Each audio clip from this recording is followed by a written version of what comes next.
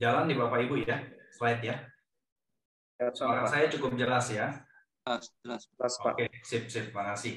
Ya, minta tolong nanti pas ada rekan yang sharing, teman-teman yang lain bisa bisa mute mikrofonnya supaya jelas ya. Oke, selamat malam saudari Bapak Ibu semua yang saya kasihi dimanapun Anda berada.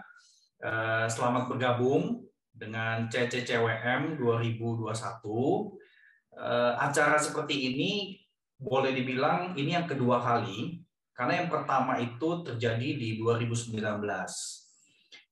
Tapi waktu itu kita masih bisa ngumpul di STTRI.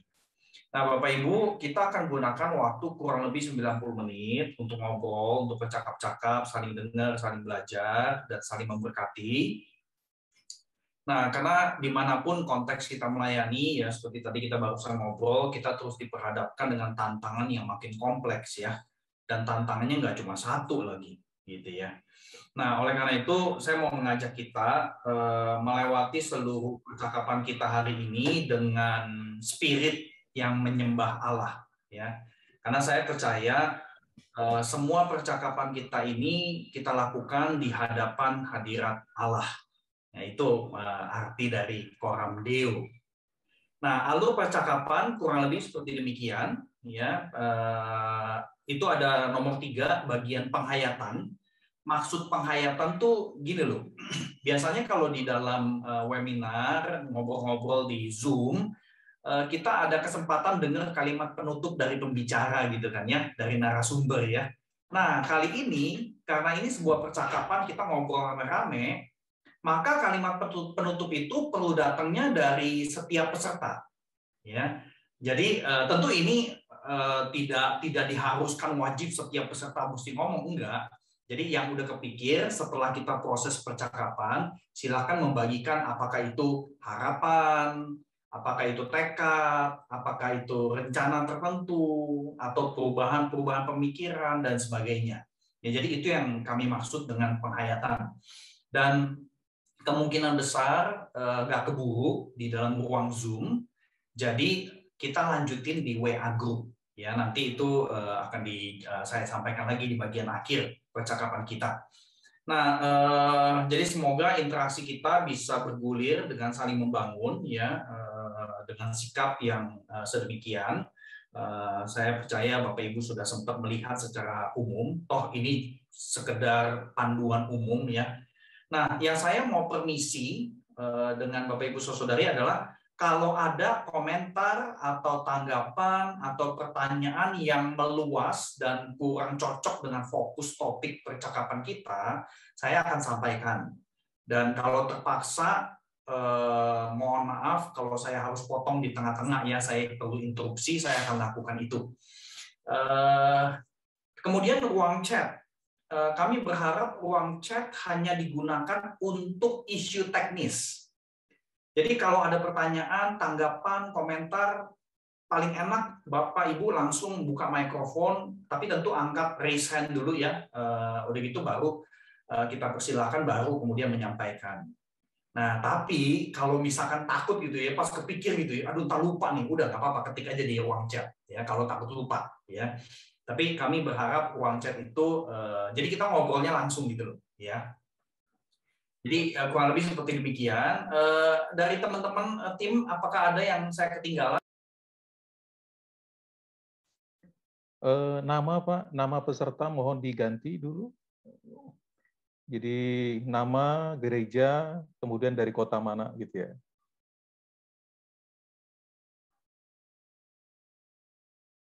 Belum di unmute Pak. Sorry. Nama nggak harus yang panjang, nama panggilan, nama sayang juga boleh. Ya, jadi silakan di rename supaya langsung ketahuan dari gereja mana, kota mana gitu ya. Terus pas bicara nanti Pak, sorry Pak, pas ya, bicara kamera dibuka, di open gitu Pak, biar kita tahu wajah. Ya, betul. Bahkan saya mengundang Bapak Ibu kalau internetnya cukup oke, kamera buka aja terus gitu loh. Jadi bisa saling lihat wajah. Toh kan kita nggak terlalu banyak ya. Tapi kalau ya internetnya nggak stabil ya ditutup aja kamera nggak apa-apa. Ya. Khususnya kalau Anda lagi sambil makan. Soalnya yang lain ngirim minta gitu, kita minta dikirimin repot kita. Tapi ya nggak apa-apa ya kalau sambil makan ya, sambil makan kacang dan sebagainya gitu loh. Cuma ingat bagi-bagi gitu loh. Baik Bapak Ibu, kita akan mulai, kita akan masuk di dalam doa. Tapi sebelum kita berdoa, saya akan bacakan satu bagian firman Tuhan sebagai landasan seluruh percakapan kita hari ini. Saya ambil dari Efesus 2 ayat 11 sampai 16. Demikian firman Tuhan. Karena itu ingatlah bahwa dulu kamu sebagai orang-orang bukan Yahudi menurut daging, yang disebut orang-orang tak bersunat oleh mereka yang menamakan dirinya sunat, yaitu sunat lahiriah yang dikerjakan oleh tangan manusia, bahwa waktu itu kamu tanpa Kristus, tidak termasuk kewargaan Israel dan tidak mendapat bagian dalam ketentuan-ketentuan yang dijanjikan, tanpa pengharapan, tanpa Allah di dalam dunia. Tetapi sekarang di dalam Kristus Yesus, kamu yang dulu jauh sudah menjadi dekat oleh darah Kristus. Karena dialah damai sejahtera kita yang telah mempersatukan kedua pihak dan yang telah merubuhkan tembok pemisah, yaitu perseteruan. Sebab dengan matinya sebagai manusia, ia telah membatalkan hukum Taurat dengan segala perintah dan ketentuannya untuk menciptakan keduanya menjadi satu manusia baru di dalam dirinya. Dan dengan itu mengadakan damai sejahtera. Dan untuk memperdamaikan keduanya di dalam satu tubuh dengan Allah oleh salib, dengan melenyapkan perseteruan pada salib itu. Kita akan masuk doa, Ibu Lydia yang akan memimpin kita dalam doa. Mari kita berdoa.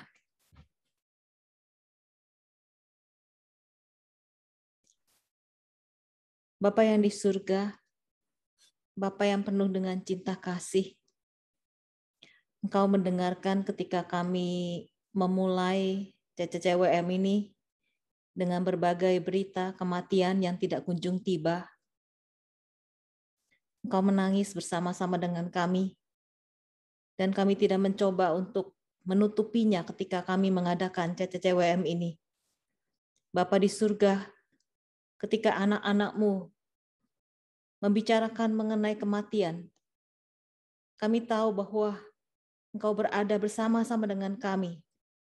Ketika kami berkata, biarlah terang di sekeliling kami menjadi gelap, maka firman-Mu sendiri mengatakan bahwa kegelapan itu tidak menggelapkan bagimu. Dan gelap akan menjadi terang, sehingga kegelapan sama seperti terang. Demikianlah janji-Mu di dalam Mazmur 139. Karena Engkau sendiri telah mengaruniakan anak-Mu yang tunggal untuk mati di salib, sehingga pada hari ini, ketika kami membicarakan mengenai kematian, ketika kami mengucurkan air mata karena kehilangan demi kehilangan yang harus kami alami sebagai anak-anak Tuhan, sebagai pemimpin-pemimpin gereja, sebagai jemaat, sebagai keluarga, sebagai hamba Tuhan bagi jemaat kami. Engkau di sana ya Tuhan, dan kami mengucapkan syukur karena Engkau adalah Allah yang juga mengalami apa artinya kehilangan ketika Engkau mengaruniakan anak-Mu yang tunggal itu, dan bahkan tidak menyayangkannya demi menyayangkan kami. Bapa di surga, kami mengucapkan syukur karena hari ini ada. CCCWM ini ada karena Engkaulah yang mengadakannya. Engkaulah yang memungkinkan kami anak-anak-Mu yang sudah ditebus dengan darah anak-Mu yang tunggal. Dan Engkau rindu supaya kami belajar bersama-sama untuk dengan kompak sebagai anak-anak-Mu merenungkan akan kasih-Mu, akan kehadiran-Mu, akan air mata-Mu di tengah-tengah air mata kami. Dan kiranya ketika kami terus bersama-sama membicarakan mengenai hal-hal yang terjadi pada masa pandemi ini, Engkau sendiri Allah yang telah bersama-sama dengan kami di dalam air mata kami, kiranya Engkau menjadi Allah yang juga menerangi hati dan pikiran kami. Kami mohon kepadamu ya Tuhan, ampunilah kami kalau sampai hari ini, setelah masa pandemi berlalu lebih dari 1 tahun, hampir 1,5 tahun, bahkan di dalam seluruh dunia sudah hampir 2 tahun. Kami menyadari bahwa banyak sekali kami sebagai gereja-gereja Tuhan masih belum bertobat. Masih di dalam kegelapan kami tidak paham apa yang terjadi dan tidak tahu apa yang harus kami lakukan.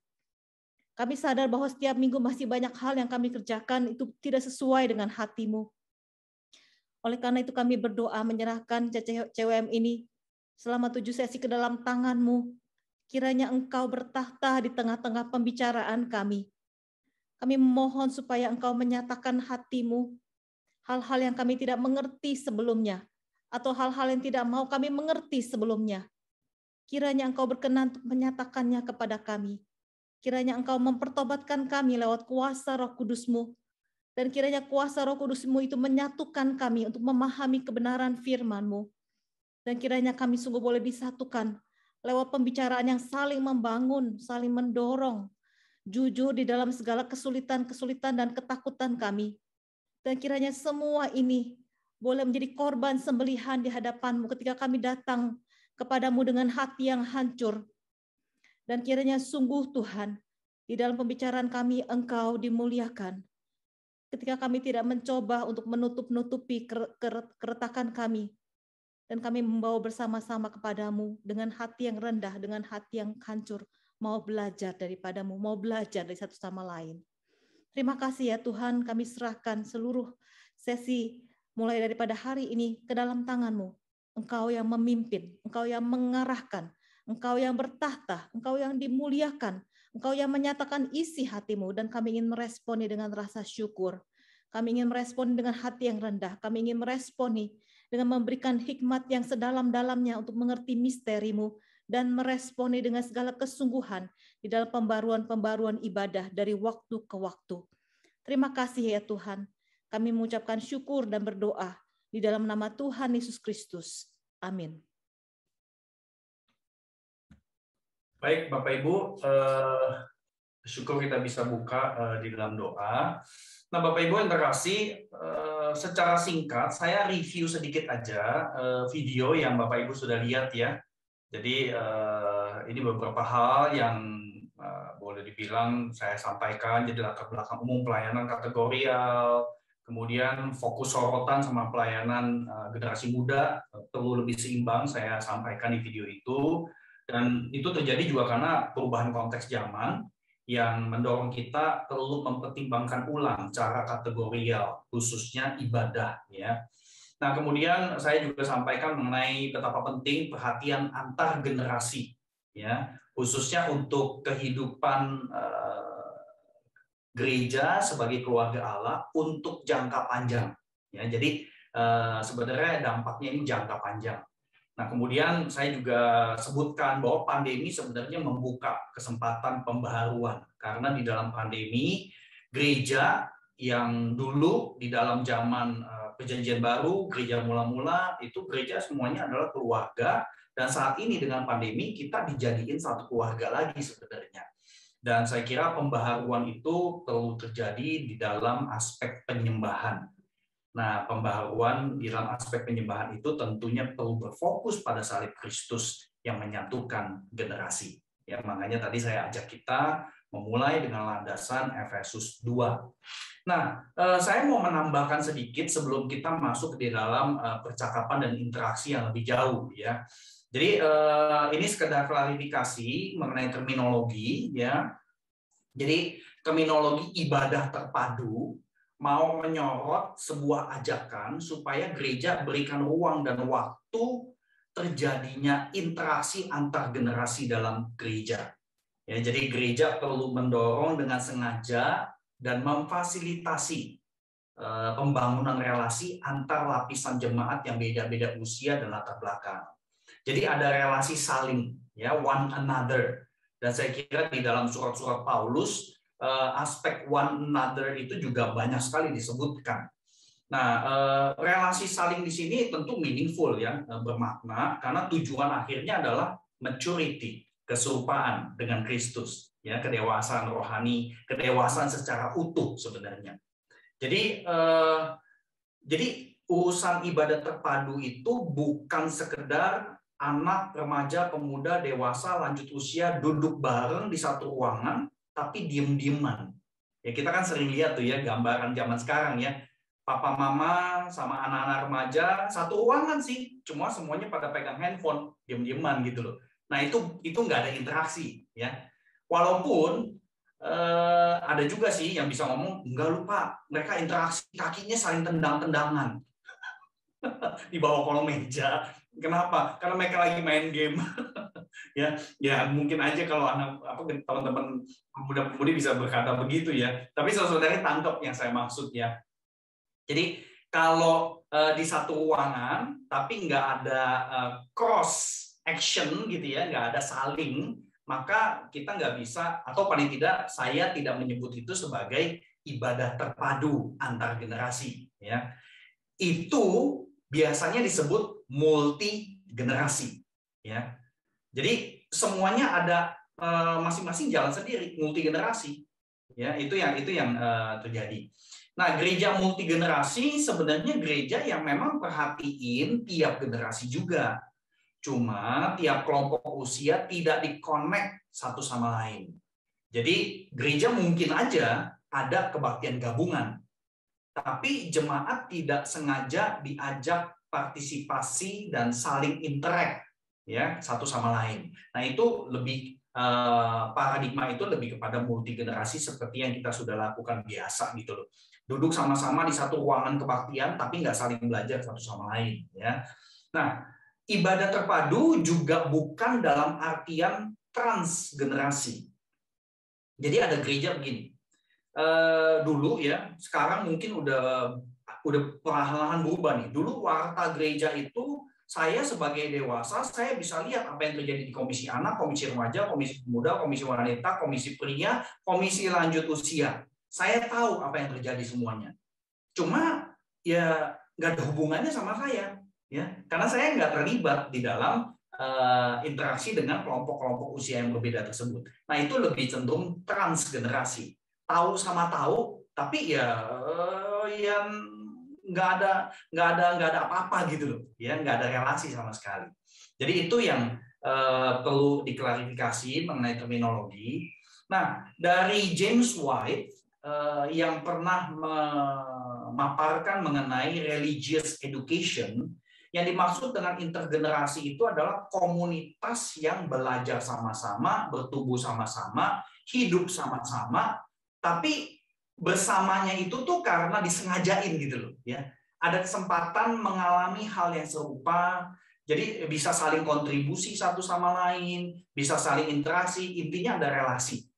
Jadi dengan kata lain intergenerasi itu perlu disikapi, jadi gini, intergenerasi jangan langsung disikapi sebagai sebuah metode belaka. Ya, bukan model baru pelayanan gereja yang bisa direplikasi atau di copy paste begitu saja. Ya, itu saya tidak mau membicarakan intergenerasi dalam artian metode tok. Ya, karena kalau bicara metode nanti ujung-ujungnya gereja nambah program. Saya kira bukan itu mindset mengenai intergenerasi ya. Jadi saya mau mengajak kita menghayati intergenerasi itu sebagai visi merangkul seluruh domba-domba Allah menjadi seperti yang Tuhan Yesus kehendaki. Sebenarnya ini visi pastoral ya. Jadi intergenerasi adalah new mindset, paradigma baru kehidupan bergereja di era ini. Nah, salah satu dorongan yang cukup hangat ya, yang ada di negara kita gitu ya, itu muncul dari penelitian Bilangan Research Center. Saya percaya sebagian besar kita banyak yang tahu. Oke, iya, oke. Ya, jadi banyak yang tahu. Salah satu yang dibicarakan ya spiritualitas generasi muda itu disimpulkan kurang sesuai harapan ya berdasarkan statistik penelitian yang diterbitkan gitu ya. Salah satu parameter yang dimunculkan, generasi muda itu banyak yang tinggalin gereja, nggak kebaktian, bahkan tinggalin iman Kristen. Dan saya kira isu ini makin dipertajam ketika banyak berita tokoh-tokoh Kristen dunia yang nulis buku, pengkhotbah dan sebagainya juga ninggalin iman Kristen gitu ya. Nah, jadi ini salah satu yang hangat nih dari Bilangan Research Center. Tapi apa yang dikemukakan Bilangan Research Center itu perlu kita sorot dari beberapa sumber yang sudah melakukan penelitian juga. Ini nama-nama yang saya sebut di sini semuanya adalah para praktisi youth ministry, ya, pelayanan youth. Nah, mereka semua anehnya punya kesimpulan yang mirip, yaitu mereka mengatakan bahwa tradisional youth ministry yang memisah atau mengisolasi generasi muda, cuma remaja doang, pemuda doang, aktivitas yang fun untuk meningkatin kuantitas gitu ya, supaya remaja tuh pada pengen ke gereja, pengen kebaktian, pemuda juga begitu. Nah, semua itu justru membuat iman mereka dangkal menurut para praktisi tersebut ya. Kenapa? Karena mereka ketika diisolasi sendiri, mereka itu mendengar iman, bukan menangkap iman ya dalam aksi yang terlihat, khususnya aspek komitmen dan pengorbanan. Ya, jadi ini beberapa para praktisi youth ministry. Nah, kemudian ada beberapa tokoh lagi yang juga saya perlu munculkan. Joseph Hellerman, dia pelayanan buat pemuda-pemudi yang single. Dia pelayanan di situ dikatakan kurang lebih 15 tahun. Dan waktu dia nulis buku ini, dia berarti pengalaman udah panjang sekali. Dia kemudian menyimpulkan bahwa dia makin nggak seret gitu loh, ya. Dia punya reservasi yang makin kuat untuk misahin generasi, untuk mengkompartementalisasi, ya, segmentasi keluarga Allah. Jadi itu yang dia katakan. Nah, kemudian bukan cuma pelayanan dari Joseph Hellerman yang fokus kepada pemuda-pemudi single. Ini Mark De Vries, pelayanan buat youth, ya. Pelayanan buat youth, dia mengatakan bahwa youth ministry was failing, ya, gagal memfasilitasi pertumbuhan rohani para remaja. Ya, jadi kalau youth itu lebih cenderung kepada remaja. Masalahnya ini dia bilang, para remaja itu secara sistematik dipisahin dari orang-orang dewasa, ya. Jadi diisolasi, padahal kumpulan orang-orang yang beraneka ragam, yang lebih besar dari mereka, lebih dewasa usianya, kumpulan orang ini yang bisa bikin mereka dewasa lewat interaksi dan sebagainya. Ya. Dan kemudian yang terakhir, seorang pelayan anak, ya, sekolah minggu, Ivy Beckwith. Dia juga lakukan pelayanan sekolah minggu tuh lama sekali, dan akhirnya kemudian dia menyimpulkan dalam satu buku ini, Postmodern Children Ministry, ya. Dan ini semua pustaka berdasarkan penelitian yang muncul setelah tahun 2000, Bapak Ibu. Nah, dia mengatakan bahwa program gereja itu nggak bisa membentuk seorang anak secara spiritual, ya, karena pembentukan seorang anak itu terjadi ya lewat family living ketika ada relasi intergenerasi. Nah, seperti yang kita sering dengar ya, it takes butuh satu kampung untuk membesarkan seorang anak gitu, ya, itu ungkapan yang sering kita dengar. Nah, itu beberapa praktisi yang juga kemudian menjadi para peneliti yang memunculkan tulisan-tulisan seperti ini. Nah, apa yang kita lihat di BRC, ya, kita dengar BRC, spiritualitas generasi muda, sebenarnya sangat dipengaruhi sama Barna Group. Nah, beliau, ya, You Lost Me, David Kinnaman, beliau sekarang kan jadi presiden Barna. Jadi BRC itu sangat dipengaruhi oleh Barna Group, dan salah satu buku yang mempengaruhi penelitian BRC juga buku ini, You Lost Me. Nah, tapi yang menarik adalah di dalam buku ini yang saya menyayangkan di BRC nggak nyebutin ini gitu ya. 3 kesimpulan general dalam buku itu menyebutkan gereja perlu reconsider bagaimana cara memuridkan.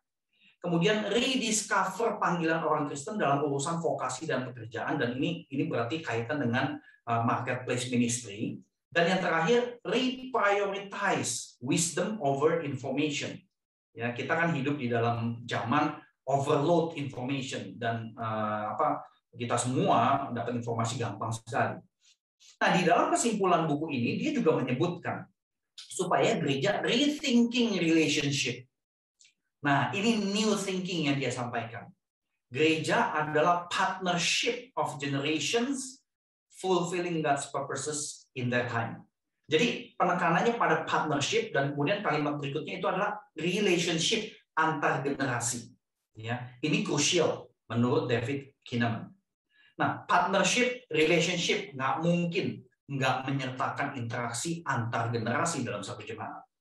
Nah, memang ibadah intergenerasi adalah salah satu perwujudan dari upaya relasi antar generasi.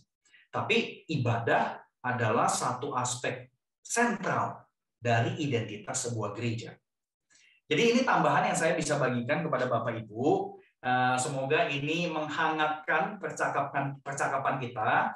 Nah, yang saya pengen ajak kita bercakap-cakap lebih lanjut, siapapun boleh gitu ya, boleh silakan tinggal buka mikrofon dan kemudian mengutarakan pandangan, komentar terkait dengan apa yang udah dilihat di video ataupun dari tambahan yang saya sampaikan. Nah, setelah itu kita akan dengar 2 kesaksian ya. Nanti yang pertama ini kayaknya Ibu Kristia baru masuk nih ya. Jadi yang pertama nanti kita akan dengar kesaksian Ibu Kristia dari GKI Layur dan kemudian dari Pak Joko Paulus dari BCS Serpong ya. Tapi di antara kesaksian itu kita akan saling bercakap-cakap lagi ya. Tapi sebelum kesaksian, coba silakan Bapak Ibu untuk mengutarakan pemikiran, komentar, tanggapan terhadap apa yang baru saja didengarkan. Silakan.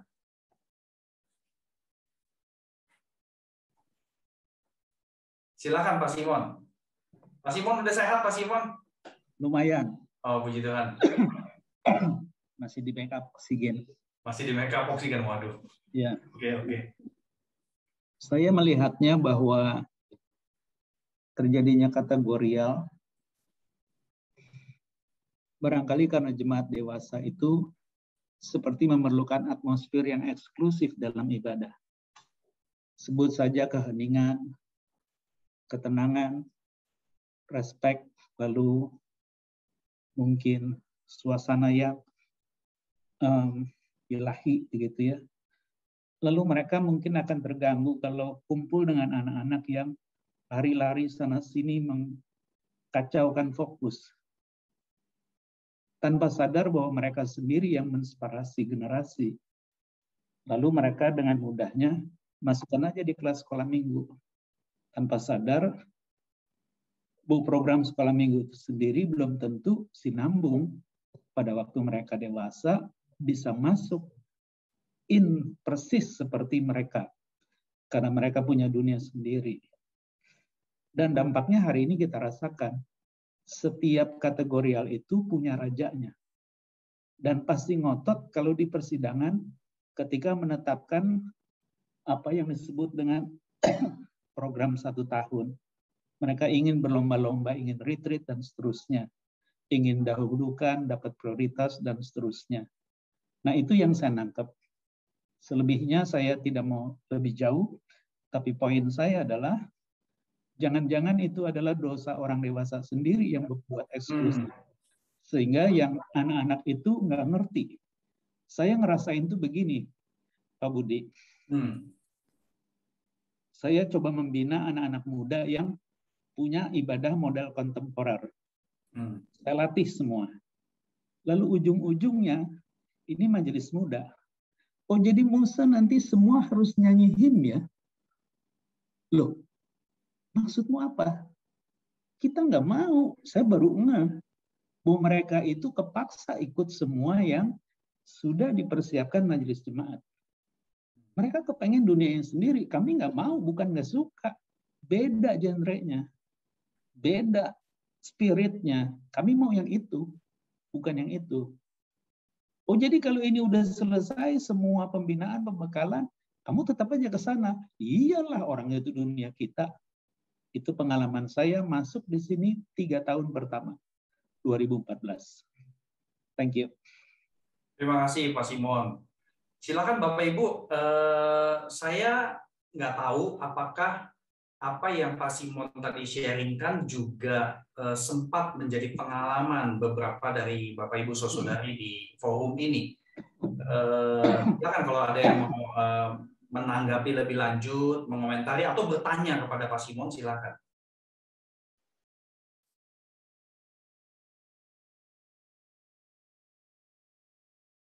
Silakan kalau ada. Jangan malu-malu. Ya, halo. Ya, halo, silakan. Ya. Pak Petrus ya? Iya, Pak Budi. Oke, silakan Petrus. Menurut saya ibadah intergenerasi ataupun terbentuknya keterpisahan gitu ya antar generasi, dan tadi Pak Simon menyebutkan kalau orang-orang dewasa itu ada kalanya gitu ya merasa terganggu karena butuh keheningan. Menurut saya itu permasalahannya adalah kurangnya pengertian tentang ibadah begitu. Kurangnya pengetahuan sebenarnya ibadah itu seperti apa, dan itu sudah turun temurun gitu. Turun temurun itu dulu begitu. Dulu di gereja itu sering ada pendeta bilang gini, kalau anaknya nanti bunyi ngek sekali nangis nggak apa-apa, kalau dua kali nggak apa, 3 tolong dibawa keluar. Nah gitu loh. Jadi itu tuh sudah sesuatu yang kayaknya itu dianggap lumrah gitu dan diterima. Dan yang kedua menurut saya karena ibadah-ibadah di gereja itu tidak memberikan ruang memang. Di liturgi itu kan ada namanya konten sama style gitu ya. Nah, di style itu tidak memberikan ruang bagi generasi-generasi itu juga untuk mengambil bagian di dalam liturgi.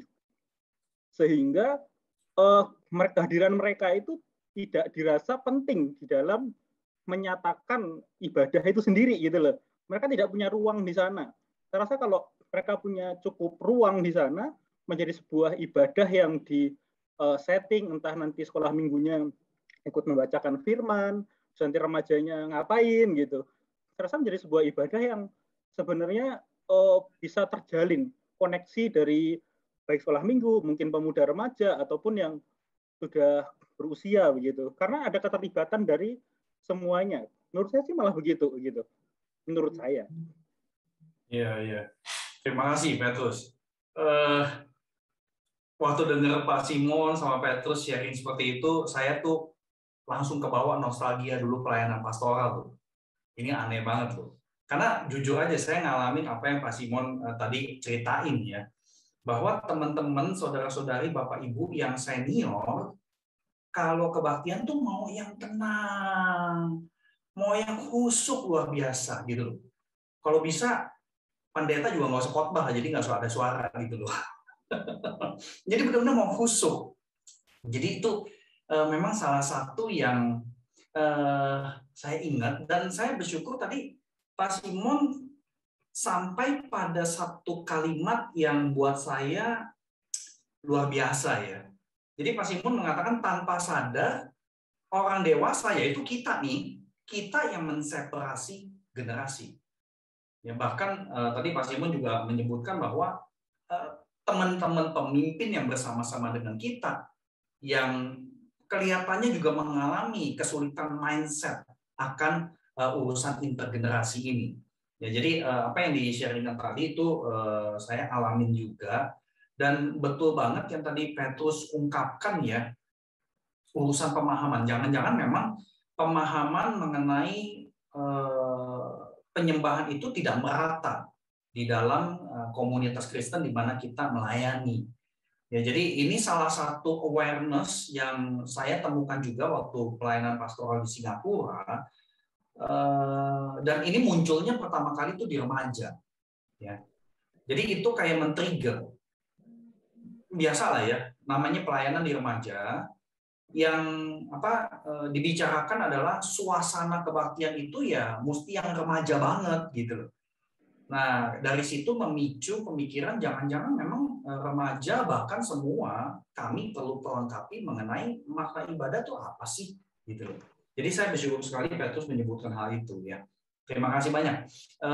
Silakan Bapak Ibu kalau ada yang lain yang mau menanggapi, mengomentari lebih lanjut atau bertanya, saya persilakan. Jangan malu, jangan takut salah, kita masing-masing belajar. Komentar-komentar yang saya kemukakan ini bukan berarti jawaban eksakta ya. Saya kira enggak seperti itu gitu loh. Dan namanya pelayanan jemaat itu banyak dinamika yang enggak terlalu gampang juga. Saya mengerti itu gitu. Jadi Tapi jawaban-jawaban ini adalah jawaban prinsipil yang semoga bisa memicu kita berpikir lebih lanjut. Silakan kalau ada yang lain. Saya tambahin boleh Pak? Silakan Pak Simon. Tadi ketika Pak Petrus bilang mungkin kurang pemahaman soal konten dan style. Saya sebenarnya bisa setuju, tapi ada masalah yang bukan soal setuju nggak setujunya. Kita kasih pembekalan kepada majelis jemaat, aktivis, yang nanti juga diimplementasi di tengah komisi-komisi kategorial tadi. Ujung-ujungnya begini, kok kita jadi beda ya? Dulu nyanyi nggak tepuk tangan, kenapa sekarang kudu tepuk tangan ya? Itu pemimpin kenapa selalu bilang, amin saudara, dulu nggak ada yang ngoceh begitu. Misalnya. Jadi dengan kata lain kita bekali apapun, lifestyle yang terbentuk, tersimpan di bawah sadar mereka, itulah yang muncul di dalam ibadah. Jadi ketika ingin ada satu perubahan yang lebih baik, resistensi muncul di depan untuk mengatakan enggak, karena kami nggak suka yang kayak itu. Begitu ditanya, tolong jelaskan kenapa nggak suka. Pokoknya gitu. Berdebat deh. Kalau nggak pendetanya yang nggak dikontrak lagi, jemaatnya yang atestasi. Selesai. Ya itu aja sih. Itu realita banget tuh ya. Benar banget itu ya. Tapi ini menarik nih. Karena apa yang Pak Simon kemukakan itu sangat-sangat betul sekali di dalam aspek peribadahan ya. Karena cara ibadah tertentu memang udah mendarah daging pada diri kebanyakan orang Kristen. Sehingga itu menjadi alam bawah sadar dia, kalau yang namanya ibadah tuh yang begini aja. Ya. Jadi pasang kacamata kuda udah gitu. Jadi memang ini salah satu tantangan tersendiri karena satu nggak ada contoh. Kalau ada contoh yang lain ini seringkali dicecer nggak bener lah, kurang alkitabiah lah dan sebagainya. Ya. Jadi saya kira ini realita yang kita hadapi. Ya. Tapi terima kasih banyak nih Pak Simon, makin manasin percakapan kita nih. Ini satu hal yang penting banget ya. Silakan kalau ada Bapak Ibu yang lain. Udah semenit tunggu nggak muncul, saya tambahin. Ayo silakan. Kenapa tadi saya bilang sehingga jemaat dewasa itu tanpa sadar menseparasi generasi di bawah. Saya kebayang tentang Matius 18. Jangan-jangan mereka juga sedang menikmati perjumpaan publik dengan model ibadah mereka. Lalu mereka tanya soal-soal yang Yesus jawab. Soal terbesar dan siapa yang utama dan lain sebagainya lah. Lalu akhirnya Yesus mengambil anak kecil. Kalau engkau tidak seperti anak ini, engkau tidak akan mewariskan kerajaan. Jadi saya pikir ibadah mereka memang udah melenceng kayak semuli dia tadi ungkapkan. Jangan-jangan kami sedang melakukan apa yang tidak menyenangkan hatimu Tuhan. Kami tidak bertobat.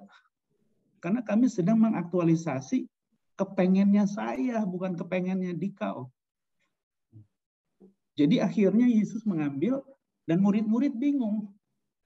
Kenapa bukan saya yang dipilih jadi contoh? Kenapa anak kecil? Kesan saya, itu anak dipinggirkan di dalam komunitas. Itu istilah separasi. Artinya, kamu tumbuh kalau mau seperti saya, terserah bagaimana kamu bergumul. Nanti baru setara kita sama-sama. Spirit itu kencang begitu. Sampai Yesus harus menggarisbawahi itu. Dan akhirnya nggak ada jawaban apa-apa kecuali murid itu terbengong-bengong gitu ya. Jadi ngapain juga ya seperti ini. Nah, permenungan percakapan ini saya berharap tadi semua lagi bilang biarlah engkau yang memimpin dan seterusnya. Nah, saya nggak punya gambaran dipimpin Roh Tuhan kayak apa. Karena mainstream kita nggak kebiasaan kayak gitu. Tetapi kalau memang kita punya kepekaan malam ini, jangan-jangan kita akan minimal ada clue yang dia bukakan dan mengajak kita untuk melatih sebuah skill untuk mewujudkan. Thank you. Amin, amin, Pak.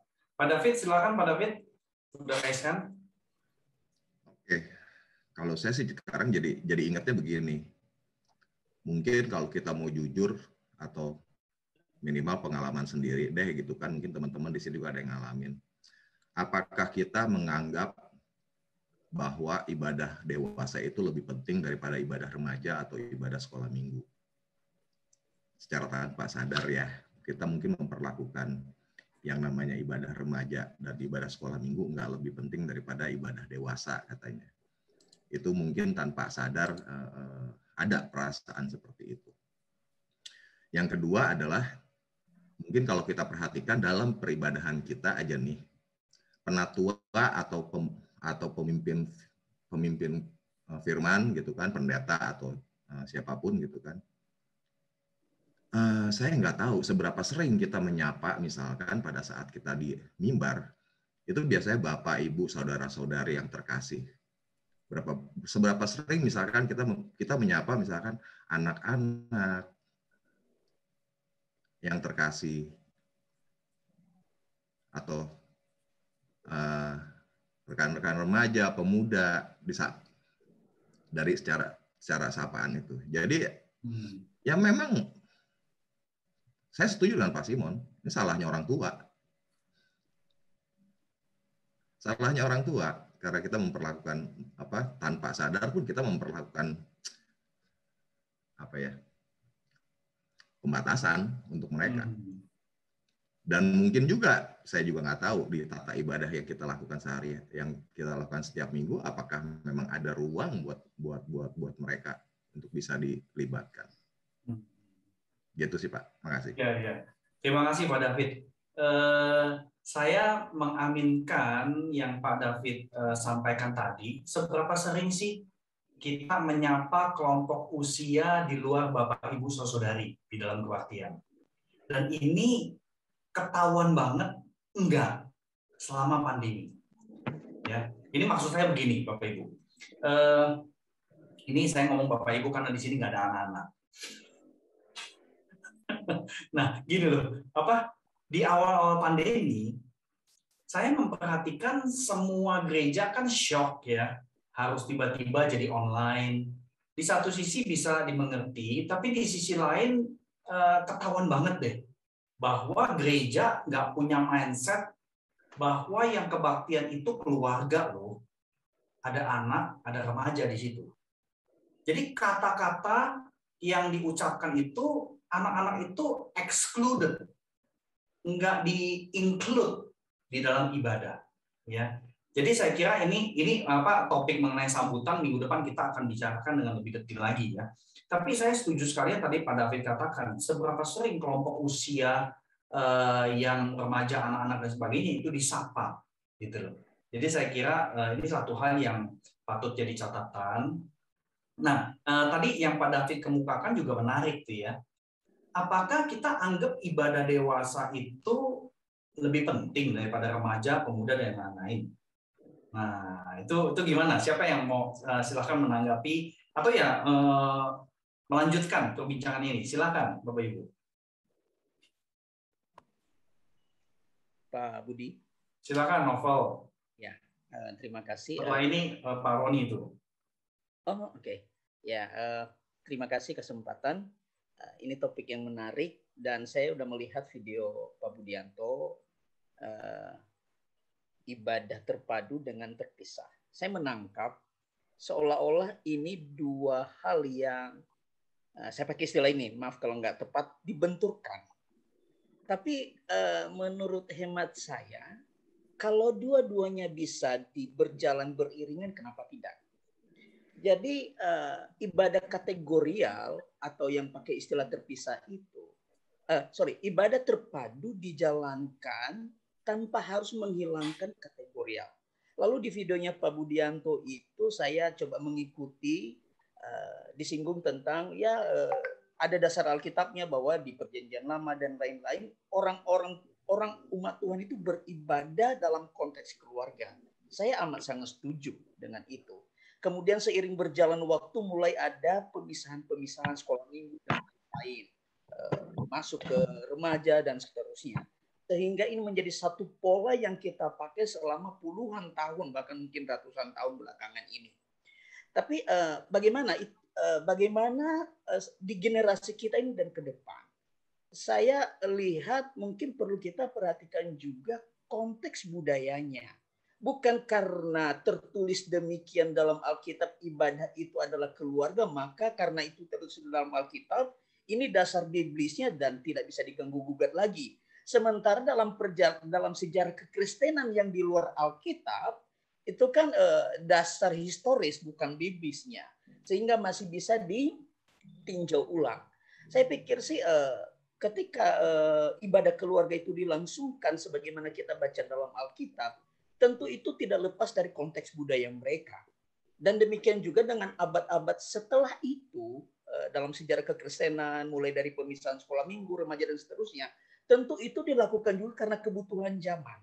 Nah, pertanyaan sekarang di generasi kita dan ke depan, apakah kategorial atau terpadu? Mungkin kebutuhan zaman kita juga yang akan menjawab itu. Kita lebih cocok mana? Walaupun secara personal saya lebih cenderung terpadu memang. Tapi terpadu ini jangan menghilangkan juga kategorial. Karena masing-masing kategori ini punya kebutuhan khusus. Makasih Pak Budi. Terima kasih Novel. Nah ini jadi lebih menarik lagi nih ya. Karena kalimat dari Novel menyebutkan apakah ibadah terpadu intergenerasi kemudian menghilangkan ibadah kategorial berdasarkan komisi, persekutuan, dan sebagainya gitu ya. Nanti kita akan lanjutkan ya perbincangan ini, tapi saya ke Roni dulu deh sebelum lebih lanjut. Baik, selamat malam Bapak Ibu sekalian. Wah, saya punya layar green screen-nya lepas. Nggak apa-apa. Ya, menarik sebenarnya. Saya tadi sebenarnya hanya mau mencoba melanjutkan sebenarnya percakapan dari Pak Simon. Ya, bagi saya itu sangat menarik banget ya, bersama dengan Pak David ya. Jadi seakan-akan di situ kan orang tua itu jadi ya mungkin itu bisa dikatakan sebagai salah kita orang tua. Jadi kemudian diafirmasi lagi oleh Pak David gitu ya. Itu menarik banget gitu ya. Ya, jadi seakan-akan kita itu mencoba menyingkirkan anak-anak itu dari dalam ruang ibadah kita. Dan ada hal yang menarik juga tadi Pak Simon sampaikan dari perenungan Matius 18 itu. Bicara jangan-jangan kita orang tua ini hanya sekedar mencoba untuk menikmati perjumpaan publik itu hanya untuk, ya kalau bahasa saya mungkin hanya untuk kepuasan kita sendiri, begitu kan ya. Nah, saya jadi ingat ada satu pernyataan itu dari salah seorang dosen di Union Theological Seminary itu ya. Dia mengatakan jadi dia kaitkan itu dengan masalah worship experience gitu ya. Nah, bagi dia worship experience itu terkesan itu kita itu lebih hanya untuk untuk menyenangkan diri hanya untuk memenuhi kepuasan diri kita sendiri. Nah, di situ dia bilang padahal perjumpaan kita dalam ibadah setiap minggu itu adalah bukan untuk memuaskan hati kita. Jangan-jangan bisa saja seperti tadi perenungan Pak Simon dari Matius 18 itu bicara tentang ya orang tua itu hanya ingin menikmati kesendirian itu, menikmati kesenangan itu untuk dirinya sendiri. Tapi bukan kepada benar-benar memakai waktu itu untuk untuk menyembah Allah bersama sebagai satu generasi. Nah, saya juga kemudian dari percakapan itu tadi juga ditegaskan Pak Budi, saya kemudian ya ingat ada satu pernyataan ya dari seorang teolog ya. Pak Budi, saya bisa sharing Pak Budi? Oh iya, silakan. Bentar. Silakan, Ron. Iya. Bisa? Ya. Nah, ini ada dua teolog ya. Bapak Ibu, ini teolog ya yang cukup dikenal ya. Kalau dalam tradisi reform ini dia berasal dari Swiss ya. Von Allmen, dia pernah menulis demikian. Ini menarik bagi saya yang mungkin ketika ini padahal beliau tulis itu sekitar tahun 50-an atau 60-an ya. Dan dia menulis gini kan ya. Menyingkirkan anak-anak karena mereka itu anak-anak ya Ya, dari artinya menyingkirkan anak-anak itu dari dalam gereja karena mereka hanya anak-anak ya, untuk membuat ya gereja itu, jadi seakan-akan tuh kita sedang membuat gereja itu seperti sebuah klub bagi orang-orang yang terhormat saja. Kalau dalam tanda petik pakai istilah Pak Simon tadi, ya ini orang-orang tua aja gitu kan ya.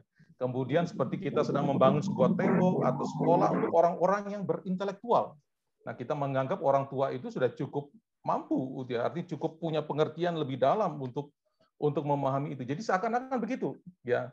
Bahkan dia bilang gitu ya, kita sebenarnya sedang memperkenalkan ke dalam kehidupan komunitas Kristen itu sebagai apa ya? Segregasi yang didasarkan kepada apa? Kategori yang salah, keliru. Jadi ketika kita menyingkirkan anak-anak itu, kita menempatkannya berdasarkan kategori ya, di dalam kategorial itu seakan-akan dia bilang apa? Kita sebenarnya sedang membuat segregasi. Dan bagi dia, kita bukan sedang menciptakan sebuah gereja sebagaimana adanya, bahkan kita sedang membuat gereja itu seperti hanya klub bagi orang-orang terhormat. Nah, hal yang menarik lagi ya, ini ada seorang yang tadi yang saya bilang juga ya, Union Theological Seminary, Jane Rogers Fan. Dia menyampaikan gini, menarik bagi saya. Ya, intergenerasi, ibadah antar generasi itu ya, telah menjadi counter kultural, counter budaya di tengah-tengah masyarakat, ya, di mana segregasi grup itu telah menjadi sebuah norma.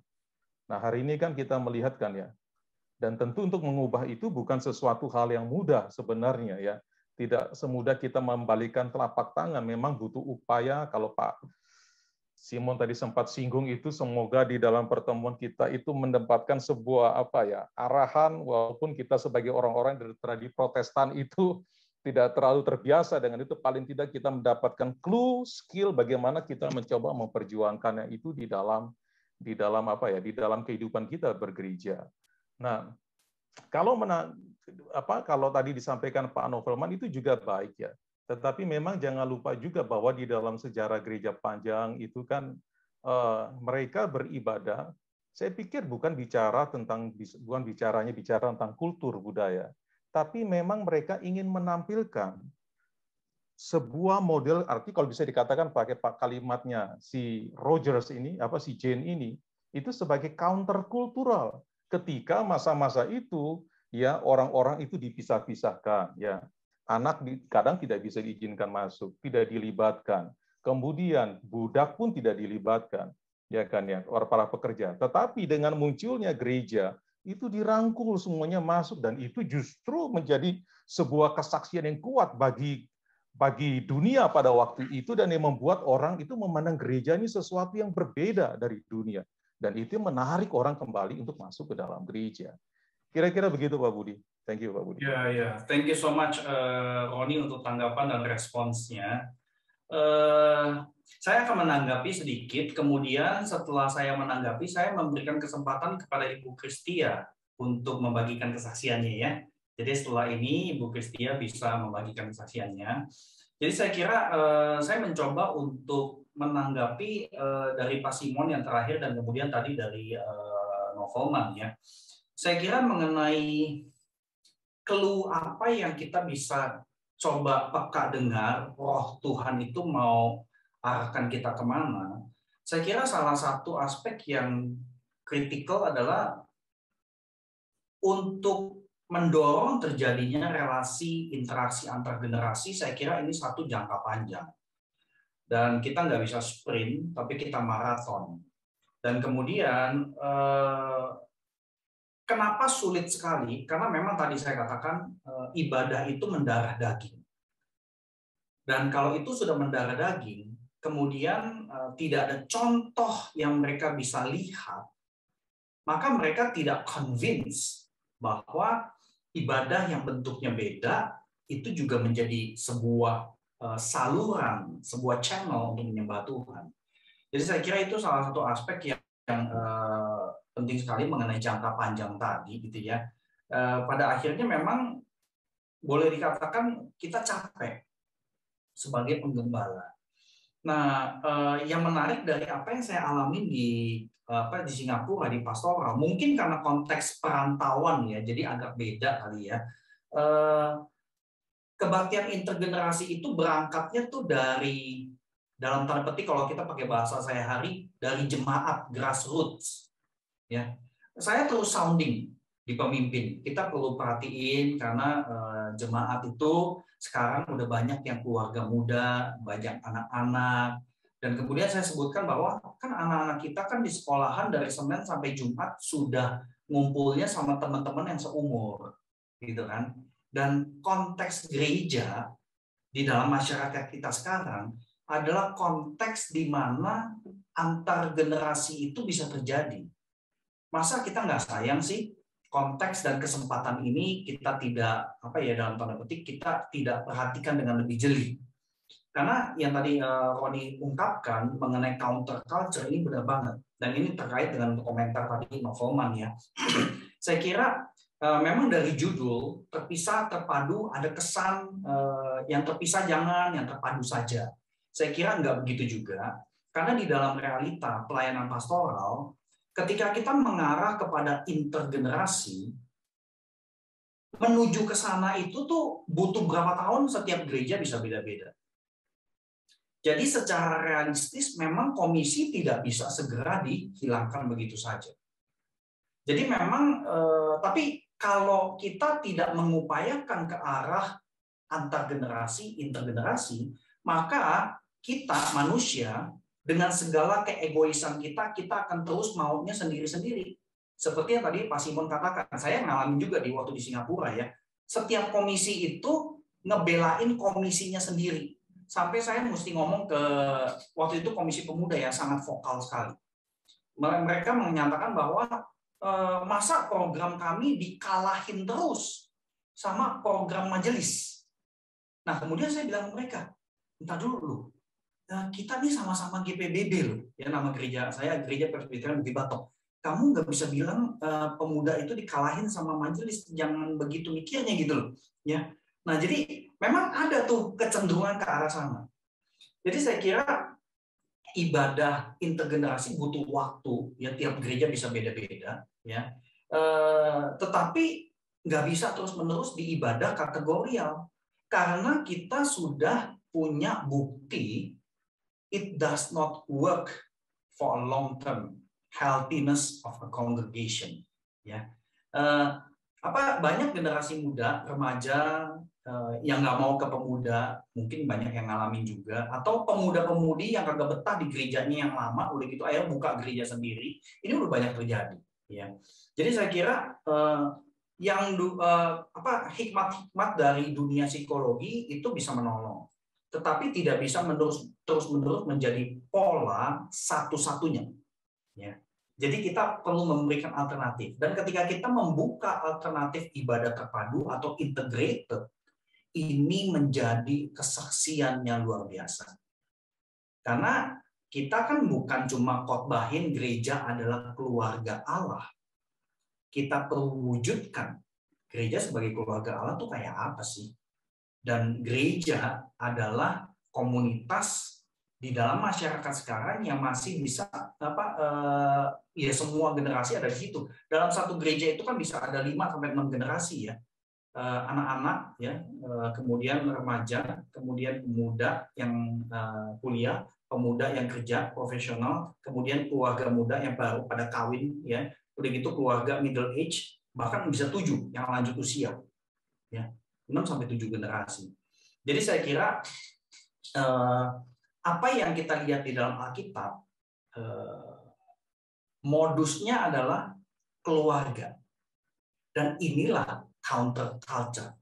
Ya, jadi saya kira yang kita perlu tangkap adalah apakah ibadah kategorial yang terus kita pertahankan di gereja sampai sekarang ini counter culture kah? Atau ya kita menjadi cukup sama dengan dunia dalam tanda petik ya. Karena kan ibadah kategorial itu juga pakai mindset niche marketing. Target marketnya mesti jelas. Sehingga cara mencapai target market itu juga disesuaikan. Ya, jadi ini satu hal yang saya kira patut jadi pertimbangan. Nah, saya kira saya stop di sini. Saya mau mempersilakan Ibu Kristia untuk berbagi dengan kita semua. Ya, saya persilakan Ibu. Terima kasih Pak Budianto. Selamat malam Bapak Ibu.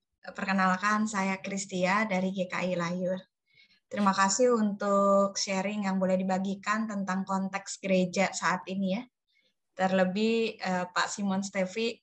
Pak Simon ini bapak saya ya, di mana-mana ketemu ya Pak. Ngampun ya. Iya, jadi menarik apa yang dibahas sekaligus digumuli ya oleh kita semua sebagai gereja. Jadi Bapak Ibu, saya mau sharing di GKI Layur dan Bajem Grand Wisata ini, ibadah intergenerasi ini sudah dilakukan, sudah diupayakan ya untuk terus berlangsung sebelum masa pandemi. Dan kami melakukan itu di minggu kelima. Lalu dengan melihat video yang dibagikan oleh Pak Pendeta Budianto, saya sangat setuju sekali, terlebih penekanan terhadap gereja yaitu sebagai keluarga Allah. Nah, penekanan ini yang memang mempengaruhi ya berjalannya kegiatan gereja secara keseluruhan. Bukan hanya ibadah umum itu salah satunya gitu ya. Seperti tadi Pak Simon juga mengatakan seringkali di dalam komisi itu punya rajanya gitu ya. Dan ketika ada pertemuan ya jadi kayak perang dunia ketiga gitu ya. Dan akhirnya kita lupa dengan hakikat gereja sebagai keluarga Allah. Nah, oleh karena itu sinode pun mengupayakan gitu ya, bagaimana pemahaman gereja sebagai keluarga Allah hadir juga di tengah ibadah umum, ibadah intergenerasi ini. Memang nggak mudah ya Bapak Ibu ya, nggak seperti teori atau apa yang dikatakan gitu ya, benar-benar harus berjuang. Terlebih ketika ada pemahaman-pemahaman yang memang sudah mendarah daging tadi ya, yang susah diubah gitu ya. Tetapi di sini kami juga dibantu oleh visi gereja di mana kita menekankan pemuridan keluarga. Jadi semakin lekat ya hakikat gereja sebagai keluarga Allah, dan ibadah ini juga yang menjadi pendorong. Nah, Bapak Ibu, di dalam pergumulan kami pun selama melakukan ibadah intergenerasi, ya kita diperhadapkan dengan adanya tantangan untuk saling menerima gitu ya, tantangan untuk menyediakan perjumpaan-perjumpaan antar generasi. Nah, di situ kita bisa melihat ya sebagai majelis jemaat gitu ya, sejauh mana gereja kita yang selama ini kita bina gitu ya, yang berbicara tentang kasih, yang berbicara tentang memperhatikan, hadir gitu. Ternyata kita juga bisa mengevaluasi, oh ternyata masih sangat jauh gitu. Dan ya salah satunya itu dipengaruhi dari setiap kegiatan yang selalu fokus sama segmen usia seperti itu. Nah, dari tantangan itulah semakinlah mendorong gitu ya bagi kita majelis jemaat untuk terus berupaya apapun tantangannya yang di depan gitu ya untuk tetap melakukan ibadah intergenerasi ini.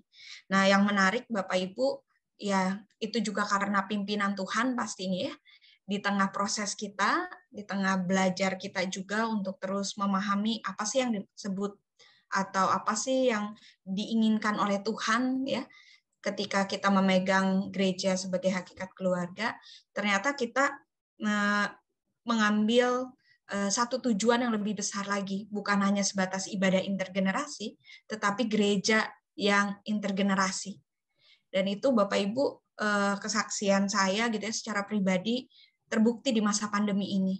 Seperti tadi ya, siapa yang siap dengan masa pandemi ini gitu ya. Dan ketidaksiapan itu pastinya harus diisi dengan kesalingan ya, saling antar segmen usia lah, untuk menyapa, untuk saling melengkapi satu sama lain, menguatkan dan yang lainnya gitu. Apalagi dengan keterbatasan di masa pandemi. Dan ya karena pimpinan Tuhan juga gereja intergenerasi ini muncul gitu untuk hadir, memperlengkapi, bahkan menghidupi ya gereja yang sesungguhnya gitu. Tetapi saya juga melihat masih kita juga harus tetap belajar dan berupaya ya untuk menghidupi gereja yang intergenerasi ini gitu. Nah, ibadah intergenerasi inilah yang menjadi pendorong semangat untuk mewujudkan gereja yang intergenerasi. Dan memang Bapak Ibu, dari segi ibadah ya, karena kita berbicara tentang ibadah, benar-benar kita harus peka pemahaman bahwa ibadah intergenerasi ini bukan ibadah yang disatukan semuanya ya, dan tanpa makna atau tanpa proses, bukan gitu. Harapan berlangsungnya ibadah intergenerasi ini yaitu semua terlibat, semua saling menyapa, seperti tadi ya, hal yang terkecil pun harus benar-benar kita lakukan ya. Sapaan ya seperti tadi ya, pembawa firman menyapa cuman Bapak Ibu gitu, padahal di situ ada anak kecil gitu. Hal itu tuh benar-benar harus terus menjadi sebuah kebiasaan gitu. Sehingga ya tadi ya, ibadah intergenerasi tidak dipahami gabungan segmen usia jadi satu gitu ya, atau beberapa komisi digabungkan di ibadah umum, tidak. Tetapi ada proses, ada makna yang lebih dalam. Seperti tadi Pak Pendeta Budianto juga di akhir slide-nya di awal benar-benar mengingatkan bahwa ini bukan multi generasi gitu ya, atau antar generasi, tetapi ini adalah intergenerasi yang punya proses dan berdampak gitu. Dan ya itu, puji Tuhan dampaknya kami rasakan gitu. Seperti itu Pak Budianto. Terima kasih Bu Kristia. Saya akan munculin slide ringkasan dari apa yang tadi kita dengarkan secara cepat supaya Bapak Ibu bisa lihat. Tapi silakan Bapak Ibu menanggapi, mungkin bertanya. Saya sih curious ya, tadi ada satu kalimat dari Ibu Kristia yang saya mau tanyain. Tapi sebelum saya, silakan Bapak Ibu dulu. Setelah satu tanggapan ini, saya persilakan rekan kita Pak Joko Paulus dari BCS Serpong untuk sharing ya. Jadi silakan Bapak Ibu kalau ada. Ada?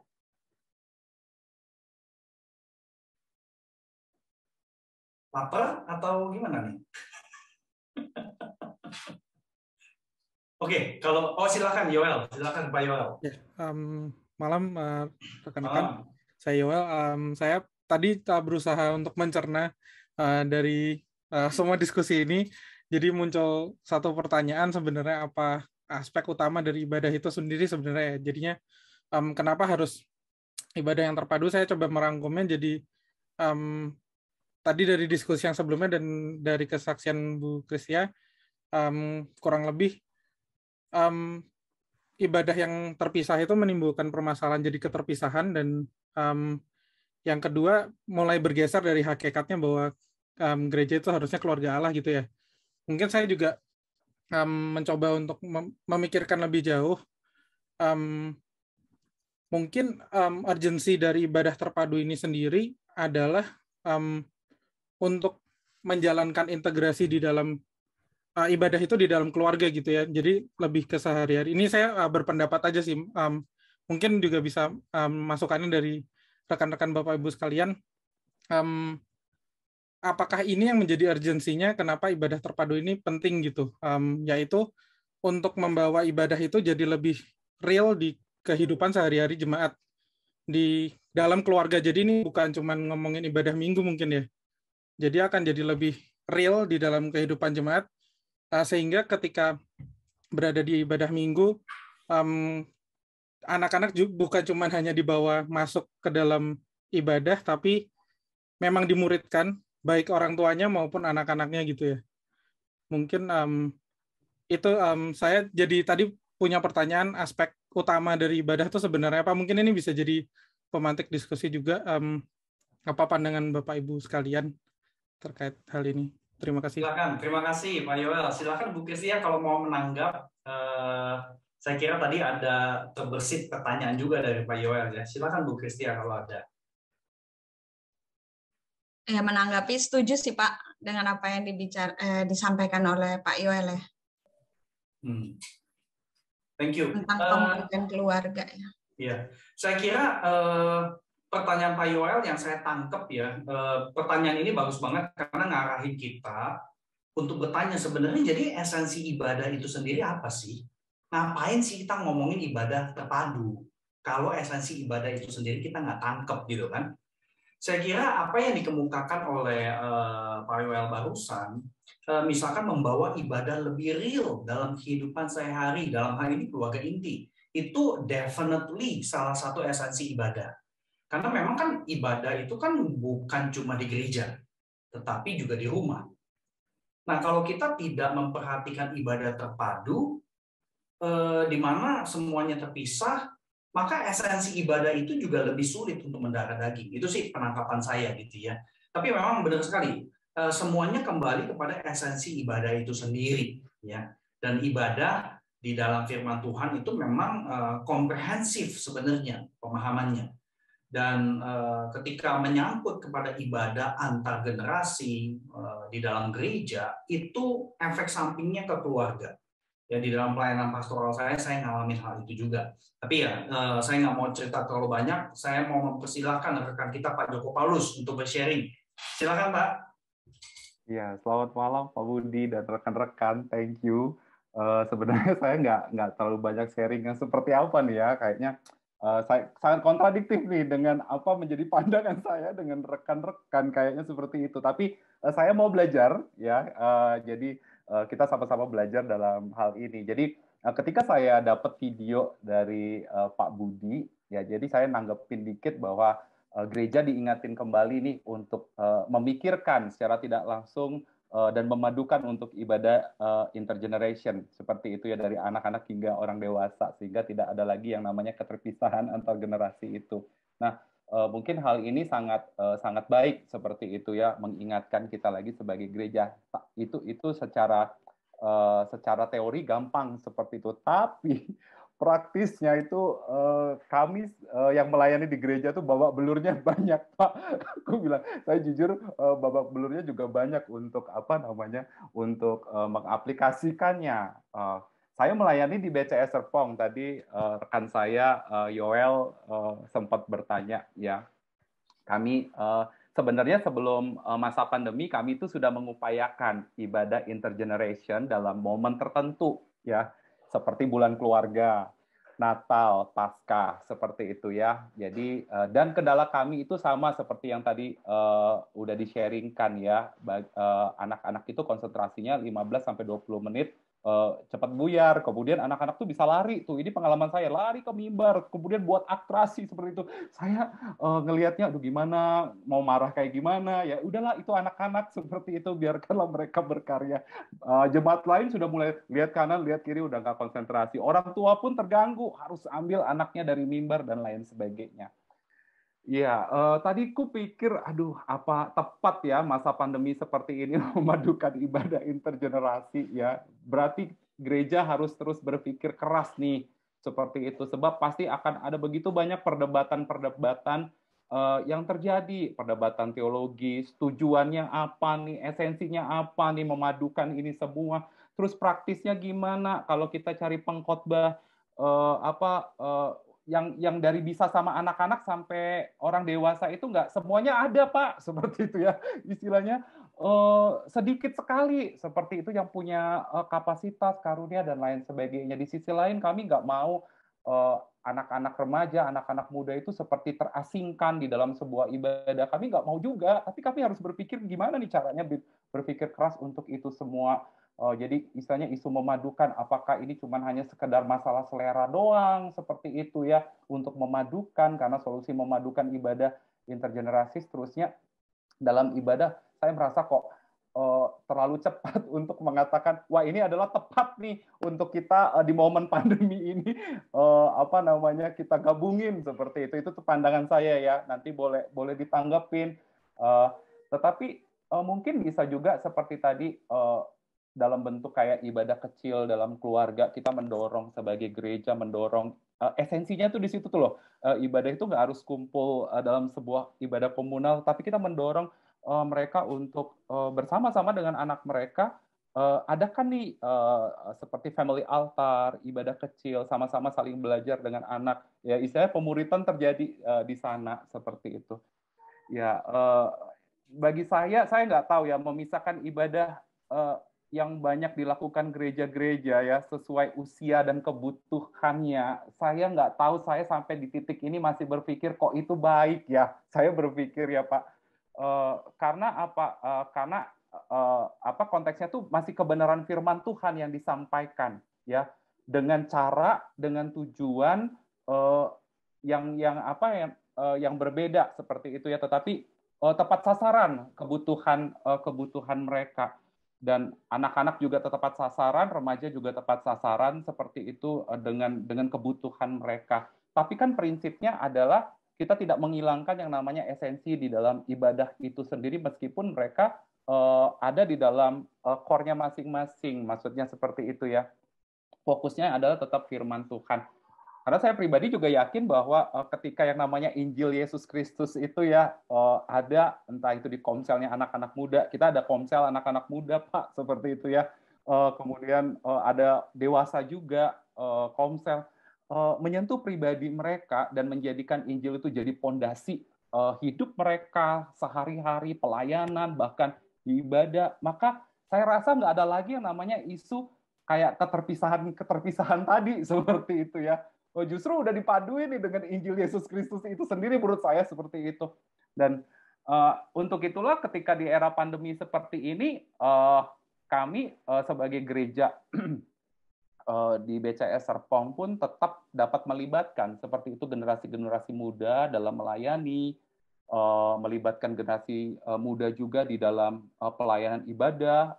Jujur bilang, saya bersyukur saya ada worship leader tuh anak-anak muda di umum seperti itu ya, dengan mereka enjoy, orang-orang tua kita juga enjoy seperti itu, menerima seperti itu, melibatkan mereka dalam hal seperti itu, kemudian melibatkan mereka juga sekarang lagi lagi banyak sekali dibutuhkan untuk musik dalam ibadah melalui program-program kayak Logic Pro, Studio One. Itu anak-anak muda tuh semua bisa melakukan itu seperti itu kan. Kids choir seperti itu, kita libatin anak-anak, kemudian orang tua untuk mengambil rekaman di rumah, untuk take vokal di rumah. Ada keterlibatan, kita coba cari seperti itu ya.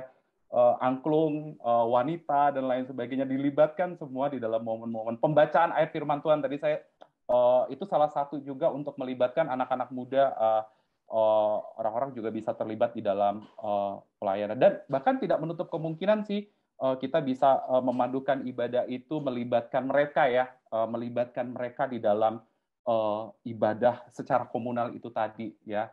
Mungkin di dalam momen-momen tertentu sih, kayak di bulan keluarga, ada bulan ibadah, ada Natal, ada Paskah, seperti itu yang terus kami kerjakan. Ya, itu aja sih Pak dari saya, Pak. Thank you Pak Joko. Nah ya, ini Pak, sebenarnya yang Pak Joko sampaikan ini bikin kita tambah seru ya. Itulah Pak. Tadi tuh aku berpikir, wah ini kayaknya gue kontradiktif banget sih seperti itu. Nah, sih. Adalah... Kalau bagi saya sih, apa yang Pak Joko sampaikan itu adalah pikiran yang mayoritas gereja itu gumuli juga. Jadi sebenarnya yang Pak Joko utarakan itu menyuarakan Bapak Ibu yang mungkin hatinya juga begitu. Ya, tapi nanti saya komen, silakan dulu Ibu Lydia mau udah raise hand tuh. Saya hanya ingin menanggapi setelah beberapa rekan-rekan kita sharing ya, khususnya atas pertanyaan dari Pak Yoel ya, dari BCS Serpong. Terima kasih sekali untuk pertanyaannya yang very essential ya. Sebenarnya pertanyaan seperti ini adalah pertanyaan yang seharusnya diajukan oleh orang-orang yang akan masuk di MTH Ibadah. Sekalian promosi ya. Siapa tahu satu hari Yoel akan masuk ke STTRI ya. Oke, jadi seperti ini rekan-rekan, kalau ditanya apa sih esensi ibadah sehingga kita membicarakan mengenai ibadah itu terpadu ataupun terpisah ya. Saya hanya ingin memberikan satu kata kunci ya, sederhana tapi memang ini kata yang besar. Saya suka dengan istilah communion. Communion ini bukanlah Holy Communion, tetapi communion dalam arti perpaduan yang terjadi di dalam tiga pribadi Allah yang berbeda. Jadi Allah Tritunggal adalah tiga pribadi yang berbeda tapi satu, ya. Dan ketika Allah menciptakan manusia, pria dan wanita juga diciptakan berbeda. Ya, harus kita akui bahwa suami istri itu berbeda. Yang menyebabkan kadang-kadang kalau saya ingin menikmati sebuah persahabatan, kadang-kadang saya bisa menemukannya justru di perempuan. Karena memang diciptakan sama, tetapi ada bagian-bagian yang tidak bisa dicocokkan ketika saya bersahabat dengan suami saya, ya. Karena memang pribadi yang berbeda. Tetapi di dalam di dalam perbedaan kepribadian inilah Kristus telah menjadikan dirinya untuk dapat kasih Kristus kepada gerejanya itu digambarkan di dalam pernikahan suami istri. Iya kan? Gitu loh. Jadi berbeda tetapi terpadu gitu loh. Luar biasa ya. Jadi misteri communion Allah Tritunggal ingin sekali kita ingin menjadi simbol kepada dunia apa artinya terpadu di dalam keterpisahan kita. Dan itu sesuatu yang sungguh tidak enak ya. Saya harus jujur di depan rekan-rekan semua. Saya sebenarnya adalah seorang yang introvert ya. Jadi berada di dalam kelompok CCCWM itu menimbulkan perasaan yang sangat tidak enak sebagai seorang yang introvert. Saya lebih suka menyendiri. Jadi seorang introvert berhadapan dengan orang-orang yang tidak dikenal ini mengambil energi yang banyak. Tetapi demi belajar kepada Allah Tritunggal, Allah yang selalu embrace humanity, Allah Tritunggal yang selalu mengajak kita untuk dapat tidak stay in our comfort zone, tetapi belajar untuk bertumbuh, digerakkan terus, anxious terus untuk bertumbuh, untuk belajar dari orang lain, untuk tidak bertahan dengan kesendirian saya, itulah bagian daripada ibadah, karena itulah undangan Tuhan untuk masuk di dalam communion Allah Tritunggal ya. Jadi itulah sesuatu yang mengapa kita membicarakan mengenai ibadah yang terpadu. Ibadah yang terpadu tidak bermaksud untuk menghapuskan kategorial, karena lewat kategorial justrulah kita mengaffirm masing-masing orang berbeda, masing-masing usia berbeda gitu loh. Ya, kita tidak menghapuskan perbedaan itu. Tetapi kategorial itu tidak boleh menjadi tujuan ibadah. Itu hanya means, hanya sarana untuk mengaffirm masing-masing pribadi berbeda, tetapi kita juga ingin menggerakkan masing-masing pribadi yang berbeda itu untuk dapat meninggalkan comfort zone dan belajar dari usia yang lain. Gitu. Saya pikir ini akan menolong kita mendapat sebuah direction mengapa kita harus merasa tidak enak membicarakan hal ini, gitu loh. Karena kita memang mau belajar gitu ya dari Allah yang mengundang kita untuk beribadah bersama-sama dengan Dia. Yohanes 17 ya adalah doa Tuhan Yesus kan, supaya mereka semua menjadi satu ya, sama seperti kita adalah satu. Saya rasa itu aja Pak Budi. Ya, makasih.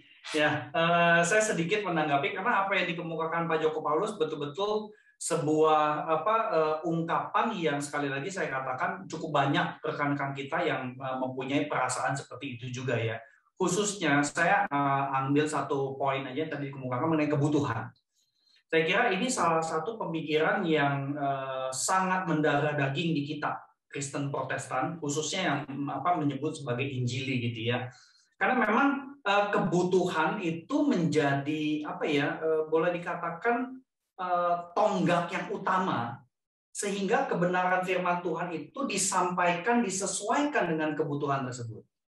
Nah, tentu saya asumsi ya, mungkin nanti Pak Joko bisa koreksi saya, kebenaran firman Tuhan yang dimaksud di sini mungkin cenderung kepada penyampaian firman gitu ya Pak ya, khotbah gitu ya. Yep, Pak. Ya kurang lebih seperti itu ya. Berarti betul. Ya memang ini rata-rata kita punya pemahaman di arena yang mirip gitu ya. Nah, yang menarik adalah gini. Ketika kita menyorot kebutuhan, satu memang kita nggak bisa buang semua hikmat dari ilmu-ilmu psikologi. Tetapi yang menarik, ketika kita menyorot kebutuhan, sebenarnya yang digunakan yang paling utama adalah teori dari cognitive development, Piaget. Sehingga dibagi umur sekian cognitive development-nya seperti apa, umur sekian lagi beda-beda. Sehingga kita menyesuaikan cara menyampaikan. Nah, di satu sisi itu betul, kita nggak boleh buang itu. Tetapi kita juga nggak boleh lupa, manusia itu kan berprogres bukan cuma secara kognitif ya, tetapi juga emosi dan juga motorik. Ya, ada teori juga bahwa intelligence itu bukan cuma IQ, tetapi ada 7 atau 8 atau 9 intelligence. Jadi itu salah satu yang saya kira perlu dipertimbangkan. Dan kemudian hal lain begini, mengenai kebutuhan, saya dulu kan memang juga orang kerja ya, jadi memang pola pikir saya juga dari sisi itu. Nah, tetapi ketika saya berpikir secara teologis, ini yang menarik. Semua usia, dan ini mungkin perwakilan aja ya, usia anak-anak sama usia lanjut usia sebenarnya punya kebutuhan yang sama. Anak-anak perlu membangun identitas. Banyak orang tua kita yang sudah pensiun goyang identitasnya. Jadi isu identitas itu salah satu contoh aspek bahwa kebutuhan manusia, karena natur manusia itu ada kesamaan, berarti memang ada kebutuhan yang cukup universal. Sehingga kita perlu tip the balance. Karena kalau kita terus-menerus konsentrasi kepada kebutuhan yang memang unik, beragam, beda-beda, di satu sisi itu oke, itu baik, berarti kita menghargai keunikan tiap pribadi. Tetapi di sisi lain, kita nggak boleh lupa bahwa yang namanya kebutuhan manusia itu ada yang sama, banyak yang sama, karena kita manusia berdosa. Jadi saya kira itu yang perlu kita pertimbangkan. Kayak misalnya urusan anak-anak kita, remaja urusan identitas itu juga sangat-sangat bergumul banget.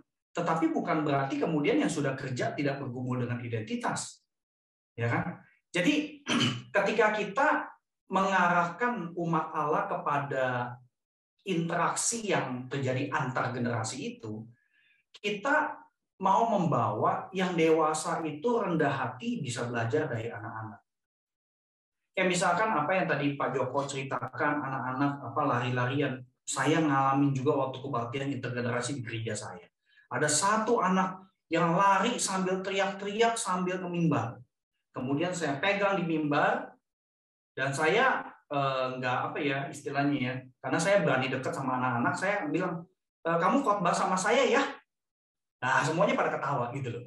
Nah, memang ini sesuatu yang susah. Saya akui susah. Karena kita sungkan, ya. Apalagi kita mikirin sebagai hamba Tuhan nanti setelah kebaktian siapa yang komplain. Pasti kayak begitu, gitu kan. Kita punya kecemasan sendiri. Tetapi memang anak-anak menunjukkan bahwa ya satu, dia apa adanya. Kedua, jangan-jangan orang tua belum cukup mengajarkan social skill. Kalau kamu di gereja, ini proper behavior kayak begini. Kalau kamu lagi kondangan begini. Kalau lagi di sekolah begini. Gitu loh. Sehingga kalau gereja tidak mengarahkan kepada aspek yang bersama-sama itu, maka anak-anak kita ya belajarnya dari luar terus. Bukan dari kita gereja. Jadi itu yang saya alami juga di dalam pelayanan pastoral. Dan saya mengakui nggak mudah. Tetapi lucunya perlahan-lahan orang tua yang malah senang. Ya. Dan yang lebih luar biasa lagi, guru sekolah minggu pada senang. Karena guru sekolah minggu di kebanyakan gereja nggak kebaktian. Khususnya waktu mereka ngajar ya. Jadi mereka ngajar, sibuk, ngajar dan sebagainya. Akhirnya mereka nggak kebaktian. Karena masa dalam satu hari minggu, 2 kali, satu pelayanan sekolah minggu, udah gitu kebaktian lagi. Ya, jadi para guru sekolah minggu itu sangat tertolong sekali, disegarkan gitu. Ya.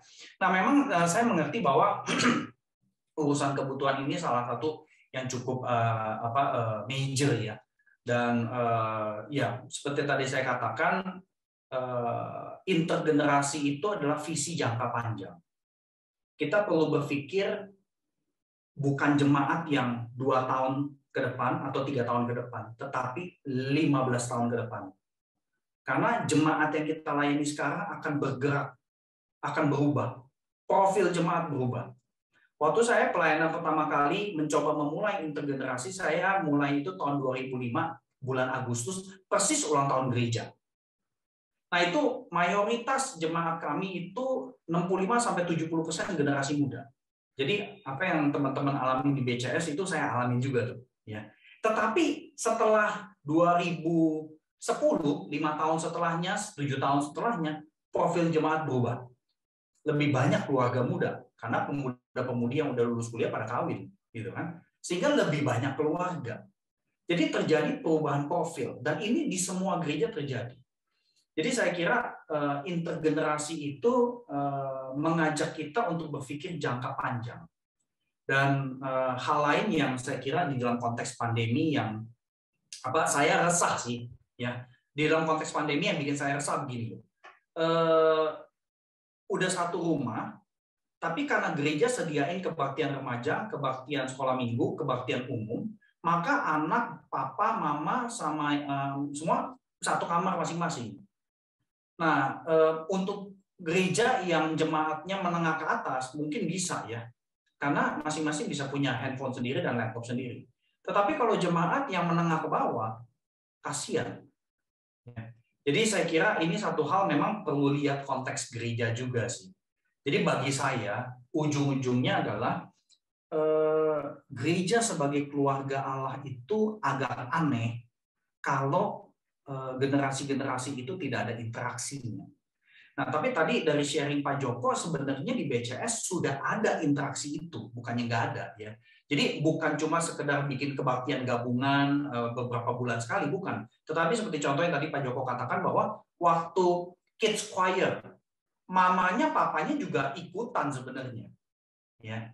Nah, cuma kan itu natural ya. Itu natural. Nah, alangkah indahnya dibikin intentional. Jadi ada satu peristiwa di mana orang tua ikutan. Jadi orang tua bisa ngelihat, oh anak saya begini ya. Dan satu hal lagi yang saya kira saya temukan di dalam pelayanan pastoral adalah begini. Ketika ibadah bersama-sama orang tua, anak-anak, dan remaja, anak-anak itu melihat orang tua itu beribadah kayak apa sih? Ya. Ini sesuatu yang kita bisa pakai family altar. Cuma saya gini loh. Saya ragu kalau kita mau survei jemaat berapa persen sih yang melakukan family altar sebulan sekali aja. Jadi family altar itu cuma jadi program karena tidak ada ibadah yang memang menyatukan jemaat. Karena tidak mencicipi indahnya ibadah sebagai keluarga inti dan sebagai keluarga Allah. Jadi family altar ya paling setahun sekali pas bulan keluarga. Susah sekali menjalankan family altar yang konsisten. Ya kecuali si bapak itu suami strict ya. Ini beda, ini peran suami udah gitu loh. Jadi saya kira seperti itu. Tapi sayang banget nih kita nggak bisa ngobrol lebih jauh atas sharingnya Pak Joko. Mesti tadi Pak Joko di depan ya. Janda. Soalnya Pak Joko udah pesenin ke Ibu Marce, saya jangan yang pertama. Tapi kalau ada dari rekan-rekan yang lain yang mau menanggapi, saya persilakan loh. Saya mohon waktu sampai 9:15 boleh ya? Ini bagian terakhir nih. Silakan Caroline. Ya, selamat malam Bapak-Bapak sekalian, Bapak Ibu sekalian.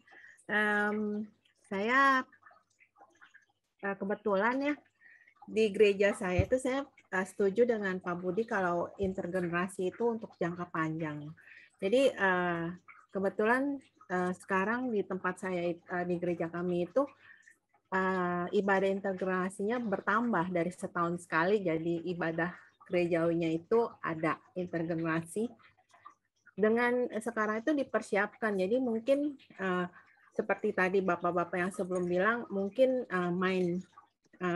mindset dari setiap orang-orang yang lama atau apalagi yang angkatan lama kalau anak kecil teriak itu jangan di dalam ruang gereja. Sebenarnya bukannya orang tua mau menyingkirkan, boleh-boleh aja di dalam gereja asal jangan teriak gitu loh.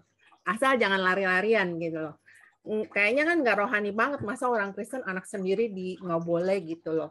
Nah, cuman kalau lihat generasi baru nih ya, pasangan-pasangan muda yang kayak angkatan-angkatan Pak Joko, yang saya tahu ya, anak-anaknya kan masih kecil-kecil tuh ya, udah papa mamanya udah bisa bilangin tuh, di ruang gereja nggak boleh teriak ya. Dan saya lihat angkatan-angkatan seperti itu, anak-anaknya itu memang bisa dibilangin, lagi doa mereka doa gitu. Dia nggak ikut ke sekolah minggu karena kadang-kadang ada anak-anak itu nggak ikut. Tetapi kan dia nggak ngerti esensi ibadah itu apa. Nah, mulai dari kebetulan di gereja kami ini mulai resmi Februari ini, di sekolah minggu tuh kami coba terapkan untuk tatanan ibadahnya sama persis sama yang umum. Dan itu sebenarnya mendapat tantangan, tapi setelah berjalan anak-anak tuh terbiasa karena kebetulan ibadahnya Zoom. Jadi anak-anak tuh kelihatan reaksinya, mimiknya yang tadinya bengong, tapi mereka bisa mulai tahu, oh abis ini ada ini, abis ini ada ini. Terus nanti anak-anak bisa tanya, Lausa abis ini pengakuan iman rasuli ya, gitu. Jadi menurut saya ini persiapan seperti yang tadi Bu Lydia juga bilang gitu ya. Jadi ini kategorial itu tetap penting, perlu, bukan penting, perlu. Tetapi mereka pada saat digabungkan dengan orang tua mereka nggak bengong-bengong, tapi mereka tahu, oh ibadah nih seperti ini. Jadi kita jadi sebagai guru-guru juga kita ajarin, kita tuh kenapa ibadah ada begini, ini kenapa begini gitu. Jadi menurut saya jangka panjang, kategorinya rasanya bukan nggak mungkin, sulit kali ya buat gereja Tionghoa itu khususnya dihilangkan. Rasanya mesti habis satu generasi dulu kali. Jadi saya pikir pertama juga ya kesulitan nanti cari pengkhotbah. Saya juga ngalamin gimana kalau cari pengkhotbah dibilangin, Pak ibadahnya ibadah intergenerasi. Aduh nggak bisa gitu kan, udah hamba Tuhan aja nggak bisa, gimana itu. Jadi ya untuk menyiasati biasanya kalau ibadah intergenerasi itu kami pakai hamba Tuhan internal yang harus berpikir, khususnya selama pandemi ini sebenarnya menolong banget ya. Jadi kita bikin drama, ceritanya dalam bentuk drama, dalam bentuk panggung boneka. Dan saya lihat orang tua enjoy sih sebenarnya. Firman Tuhan itu tetap mereka dapat sebenarnya. Tapi menurut saya ini memang jangka panjang deh kayaknya. Gitu. Ya, terima kasih Bu Karolin. Randy mau komen, silakan Randy. Boleh Pak. Mungkin ada beberapa yang dari kurang kenceng Ren suaranya. Sebentar. Oh, sorry. Tes. Udah belum? Tes. Halo. Oke. Mungkin ada beberapa yang Randy ingin komentarin. Mungkin ini agak bercanda sih, tapi ya sebenarnya agak mengkritik sebetulnya. Kalau tadi di awal kita ngerasa kenapa ya gereja kok memisahkan antara dewasa dengan anak muda gitu. Mungkin kalau agak bercanda jahatnya, mungkin karena kita terlalu beneran menjadi murid-murid Yesus gitu. Tapi sayangnya kita terlalu jadi murid-murid Yesus yang di Lukas Markus yang ngusirin anak-anak gitu. Kita terlalu mirip jadi murid-murid Yesus yang demikian gitu.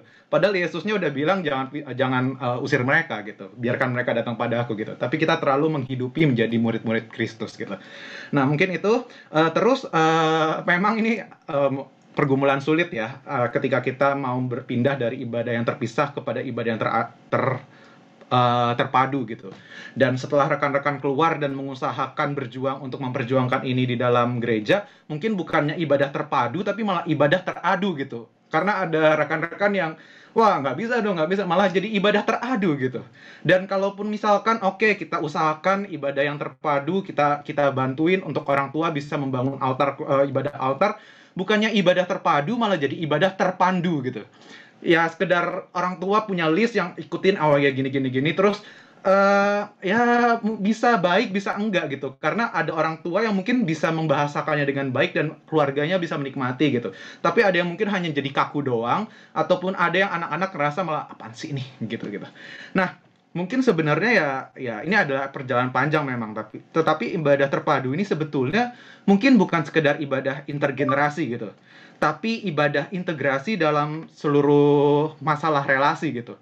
Karena kalau yang sebenarnya yang membuat kenapa ibadah intergenerasi itu nggak bisa, karena relasinya nggak kebangun gitu. Kenapa gereja Tionghoa susah? Karena ya orang-orang tua kita bukan orang tua yang punya relasi baik sama anaknya gitu.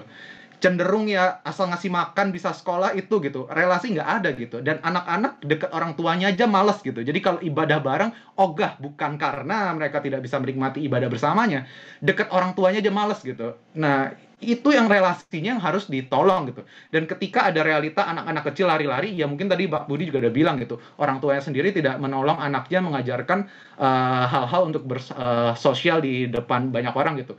Justru realita itu bukan sekedar, ya kalau biasa kita cenderung sekedar mengisahin kan, tapi sebenarnya itu adalah tanda baik bahwa sebetulnya kita gereja harus menolong orang tua baru untuk belajar menjadi orang tua yang bisa membangun relasi sama anak gitu. Ibadah kategorial mungkin tidak akan hilang gitu, dan sebetulnya ada pun tidak apa.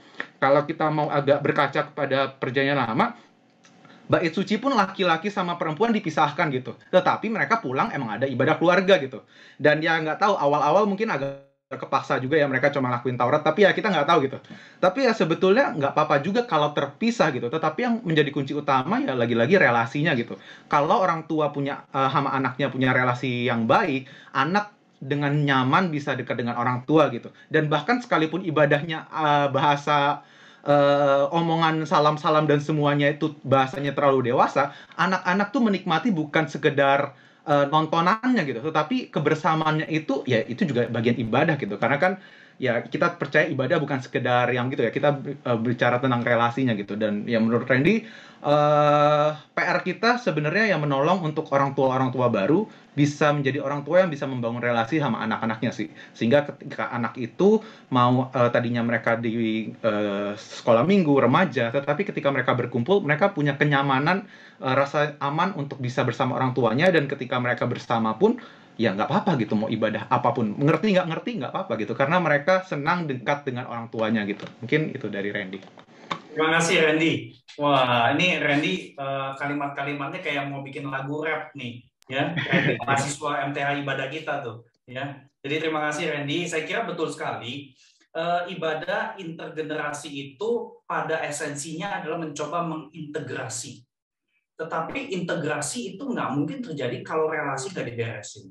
Jadi sebenarnya ibadah intergenerasi nggak mungkin bisa terjadi dengan mulus kalau tidak ada family ministry yang komprehensif di gereja. Karena kebanyakan masalah di gereja secara pastoral adalah relasi suami istri aja nggak bagus. Gimana mau ke anak gitu loh. Ya, jadi saya kira ini satu hal yang saya garis bawahi. Terima kasih banyak. Dan kemudian ini komen kecil aja yang tadi dikomentarin sama Caroline, banyak pengkhotbah itu nggak bisa khotbah buat anak-anak, itu benar banget. Dan saya kira ini dalam tanda petik ya, maaf, ini kesalahan seminary jangan-jangan, karena kita diajarin khotbah buat dewasa doang ya. Dari pengalaman saya, khotbah buat anak-anak itu lebih susah daripada khotbah buat dewasa. Tetapi khotbah buat anak-anak itu lebih plong kalau kita kenal sama anak-anak dari jemaat kita. Jadi itu saya pun ketika melakukan intergenerasi, saya harus bangun relasi dengan anak-anak jemaat. Ya, jadi itu satu hal yang saya kira memang ya itu karunia dari Tuhan. Ya, paling tidak minimal kalau ketemu itu anak, saya tahu tuh nama anak itu gitu loh. Saya bisa sebutin nama anak itu. Jadi terkesan banget lah, ada satu anak yang bandelnya minta ampun. Ada satu kali saya beraniin ngomelin itu anak di depan orang tuanya. Saya tarik itu anak ke kantor gereja. Saya suruh dia diem. Ya. Tapi setelah beberapa saat dia diem, nah setiap kali ke gereja dia peluk saya. Aneh bin ajaib. Gitu loh. Padahal ini anak, waduh, udah hyperaktif luar biasa. Tetapi ini jadi momen di mana saya belajar untuk berkhotbah buat anak-anak. Jadi memang ini satu tantangan sendiri buat para hamba Tuhan. Dan pertama kali kebaktian intergenerasi saya menyesuaikannya itu pakai khotbah saya. Jadi salah satu step di dalam mengarah yang jangka panjang itu adalah experimentation memang. Ya, percobaannya adalah ya kita sendiri. Coba mulai sekarang kalau kita khotbah, kita ingat ada anak-anak nih jangan-jangan. Ya, saya kira ini satu hal buat kita para hamba Tuhan yang punya tanggung jawab menyampaikan firman ya, dan juga kita perlu aware akan hal itu. Saya kira kita waktunya ternyata 1,5 jam juga kagak cukup ya. Kita akan segera tutup. Tetapi sebelum saya tutup, mungkin ada nih beberapa rekan-rekan yang pengen ngomong nggak ada kesempatan terus nih. Dan sekarang kesempatannya 1 menit nih saya buka nih. Kalau ada silakan. Mungkin kalimat-kalimat penutup tadi yang saya katakan, apakah ada harapan, ada kerinduan, pengen ngapain dan sebagainya. Silakan kalau ada. Ya. Silakan Pak Simon. Oh, iya Pak Simon udah gitu Pak Haris ya. apa yang tadi Caroline omong itu pernah saya alami ketika diundang, kalau tidak salah GKRI Petra yang di daerah apa itu? Pecenongan dulu ya Pak. Pecenongan. Kebetulan waktu itu Saleh Ale pendetanya. Jadi dalam ibadah awal itu mereka menghimpun semua anak-anak sekolah minggu. Sampai bagian memfirman, kita panggil anak-anak didoakan dengan menumpangkan tangan mereka satu persatu. Sesudah itu mereka pisah, pendeta naik untuk khotbah. Saya pikir ini hal yang sangat baik, menanamkan atmosfer beribadah yang kelak mereka masuki saat dewasa. Kalau itu terus sinambung, yang tadi Pak Budi katakan ini bukan sprint, maraton, saya kira itu awal yang perlu dipertimbangkan banyak gereja. Sehingga intergenerasi itu bukan alien di tengah komunitas berjemaat, beribadah di gereja, tapi menjadi bagian yang kita itu keluarga Allah. Mungkin juga tadi ada Bung Novel ya. Saya hanya ingin men-trigger saja bahwa keluarga itu sebenarnya tidak harus berubah. Saya teringat tentang kepala penjara Filipi dan juga sebelumnya di Kisah 10 itu soal Cornelius. Mendengarkan sabda bersama keluarga. Kalau yang tadi ditanya bagaimana harusnya kami perbuat, percaya kepada Yesus Kristus, engkau dan seisi rumahmu, pakai istilah oikos, yang juga punya figur simbolik berkait dengan keluarga. Itu bisa diperdebatkan, tapi buat saya ini trigger untuk kita merenung lebih dalam soal keluarga yang sebenarnya tidak berubah. Karena nanti dalam teologi perjanjian, keluarga yang pernah jatuh di Eden itu dipulihkan, sehingga istilah keluarga itu terus-menerus terbawa. Paulus sebut saja, engkau menjadi bangunan Allah, keluarga Allah.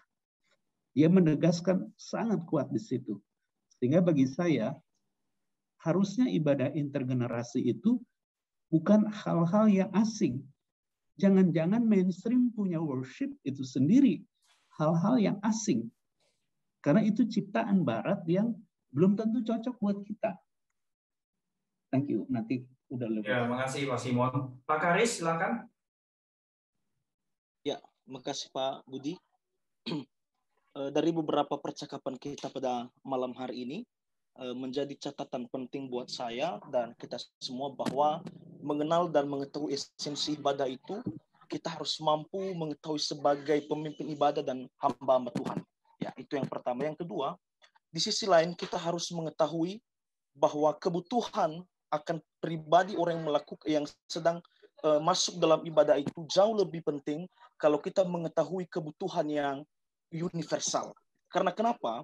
Dari segi sisi ibadah, dari segi sisi esensi ibadah, bahwa kita sedang berjumpa dengan Allah, ya. Tapi di sisi lain, ketika kita sedang melakukan ibadah, bahwa ada satu hubungan antar sesama kita sebagai sesama tubuh Kristus. Makanya saya setuju bahwa ibadah yang intergenerasi itu sangat penting untuk menolong kita dalam membangun hubungan kita sebagai sesama tubuh Kristus dan mampu mengenal bahwa kita mengenal esensi ibadah, bahwa kita berjumpa dengan Allah. Yang ketiga, sebagai rekan atau sebagai keluarga di dalam Allah, tentunya ini juga menjadi catatan penting baik bagi kita semua, bahwa ibadah juga dapat kita, ibadah intergenerasi ini juga dapat kita jalankan dan aplikasikan dalam keluarga kita masing-masing. Karena kenapa? Itu adalah sebuah patokan bagi kita, sebuah trigger bagi kita untuk membangun komunitas yang lebih intim antar sesama anggota keluarga. Ya, izinkan saya akan sebentar aja Pak untuk menyaringkan hal ini. Beberapa bulan yang lalu saya berkunjung atau saya balik ke kampung kami ke Nias, ya, persisnya ke Baru Mataluo, yang notabene-nya keluarga kami jarang sekali melakukan atau beribadah bersama. Mereka kadang tidak beribadah, kadang hanya berdoa sendiri-sendiri. Tapi ketika saya merangkul mereka, memanggil mereka untuk beribadah bersama saya menjelaskan bahwa betapa pentingnya ketika kita melakukan ibadah bersama sebagai anggota keluarga. Ya. Jadi dari situ mereka mengenal, kami bisa sama-sama mendoakan satu sama lain, kami bisa sama-sama memimpin pujian secara bergiliran, dan itu juga menolong mereka untuk mampu melakukan, untuk mampu menunjukkan bahwa mereka juga adalah sebagai pendoa-pendoa buat keluarga ini. Ya, selama ini kan kita selalu mengambil peran yang tidak memberikan wadah bagi orang lain untuk datang untuk memimpin ibadah. Tetapi tidak, dari hal-hal seperti itu kita sama-sama untuk melayani, kita sama-sama beribadah sebagai anggota keluarga yang harus kita lakukan sebagai anggota keluarga di dalam Tuhan. Itu saja, Pak. Terima kasih, Pak Karis. Ini sorry banget nih, ada rekan kita Atur GKI Cibubur yang udah angkat tangan. Boleh saya izinkan minta waktu Bapak Ibu? Silakan Pak Atur. Ya, terima kasih. Makin panas soalnya makin malam. Ya, saya mau komentar aja sedikit bahwa ketika kita memberikan khotbah atau ibadah kepada anak-anak, yang pasti kita harus tahu, survei dulu ke orang tuanya, gitu ya. Jadi, guru sekolah minggu atau pendeta juga seharusnya ngobrol sama kedua orang tua, sehingga bisa mengetahui kondisi anak-anak seperti apa. Dan itu boleh rutin dilakukan, gitu ya. Mungkin 3 bulan sekali, atau 6 bulan sekali ngobrol sama orang tuanya. Seringnya kan orang tua nggak pernah diajak ngobrol sama gembalanya tentang anaknya. Cuma ditanya aja, oh rajin ya anaknya, rajin ya anaknya. Ya, nanti kalau nggak ada, mana anaknya gitu ya. Ya itu saja, sebatas itu. Saya pikir butuh ya. Ya, terima kasih Pak Atur. Nah ini di dalam pengalaman kami pastoral, kami adakan POMG, pertemuan orang tua murid dan guru, di mana pendeta ada di situ. Jadi segala macam unek-unek orang tua disampaikan, unek-unek guru sekolah minggu disampaikan, jadi terjadi antar generasi juga di situ. Jadi experimentation yang pernah kami lakukan, POMG itu kami jadikan ibadah, di mana anak-anak ada di situ juga. Jadi itu di luar kebaktian umum tuh. Ya, jadi saya kira kita kalau memang kita menangkap mindset, ini new mindset yang perlu kita tangkap, maka mulailah small, start small. Nah, saya mohon maaf karena saya nggak bisa membagikan hal-hal praktis ya, karena banyak sekali hal praktis. Tadi disinggung sama Pak Simon di depan, oke. Tapi sebenarnya banyak sekali caranya, Bapak Ibu Saudara yang terkasih. Tapi mindset-nya adalah gimana jemaat yang saya layani ini bisa silang, ya, silang interaksi. Itu bisa macam-macam karena setiap jemaat bisa berbeda-beda. Jadi saya kira mindset itu yang perlu kita tangkap sama-sama, dan sekali lagi ujung-ujungnya adalah gereja adalah keluarga Allah, dan di dalam kitab Wahyu kita menyembah Allah sebagai suku, kaum, bahasa, bangsa, dan saya percaya itu nggak mungkin nggak ada anak-anak gitu loh. Ya, jadi ini satu integrated worship ya, dan inilah penyembahan kekal di hadapan Allah. Jadi saya kira ini percakapan kita yang pertama, dan saya tidak menyangka kita melewat sampai cukup banyak, ya, sampai setengah jam. Saya mohon maaf. Tapi kita bisa melanjutkan percakapan kita dengan kalimat-kalimat yang saling encouraging satu sama lain di WA Group. Dan tentu tidak tertutup kemungkinan topik ini muncul lagi di dalam perbincangan kita minggu depan. Saya tidak mau menutup kemungkinan itu. Ya, jadi kita bisa bawa hal-hal yang saudara, aduh, nggak sempet nih dibawa ke minggu depan, ya. Jadi kita bisa lakukan hal tersebut. Jadi saya kira kita bersyukur untuk pertemuan pertama. Semoga Bapak Ibu bisa merasakan manfaat, ya. Meskipun nggak nyangka juga ya, waktu cepat sekali ya, udah 9:30 gitu loh. Nah, nanti dari rekan kita Marce akan membagikan satu link yang kami perlu bantuan Bapak Ibu untuk isi, yaitu kayak semacam Google Form feedback atas topik pertama ini, ya. Jadi minta tolong bantuan tersebut, dan kalimat-kalimat penutup tadi kalau bisa nanti kita bisa saling memberikan di WA Group. Saya kira itu untuk malam ini. Semoga kita bisa saling terus melanjutkan perbincangan kita, karena topik yang pertama ini memang topik yang besar dan tidak mudah. Saya kira itu, kita akan tutup dalam doa. Mari kita tundukkan kepala, kita akan berdoa. Tapi sebelum saya berdoa, selain Pak Simon Stevi, apakah saudari kita Berta sudah lebih sehat atau gimana? Berta masih ada gak ya? Oke, nggak ada. Oke, nggak apa-apa. Kita akan doakan Pak Simon Stevi juga ya. Mari kita berdoa. Segala puji syukur kami naikkan ke hadapan-Mu Bapa Surgawi, karena Engkau memberikan kepada kami satu kerinduan untuk saling berbincang-bincang, dan kami bersyukur untuk adanya keragaman di dalam pemikiran. Dan kami berterima kasih karena perbincangan ini membuat kami makin terbuka satu sama lain, dan kami mendapatkan insight-insight yang Engkau kiranya berkenan pakai ketika kami kembali melayani umat-Mu. Tuhan, kuatkan saudara-saudari kami, para hamba-hamba-Mu, baik itu hamba Tuhan secara full maupun majelis. Kiranya Kau boleh urapi dan juga berikan penghiburan, kekuatan, dan juga anugerah hari lepas hari. Sehingga peran yang dilakukan boleh betul-betul karena Engkau yang mendorong. Dan kami berdoa secara khusus kiranya Kau boleh turunkan jamahan tangan-Mu buat hamba-Mu Pendeta Simon Stevi ya, di dalam kesehatan yang masih terus perlu dipulihkan. Tuhan, kami memohon Engkau pakai semua makanan, obat, oksigen untuk menciptakan sel-sel baru, sehingga sel-sel yang diganggu oleh virus corona bisa disingkirkan. Kami mohon kiranya di dalam nama Tuhan Yesus Kristus Engkau berkenan mengerjakan itu ya Tuhan.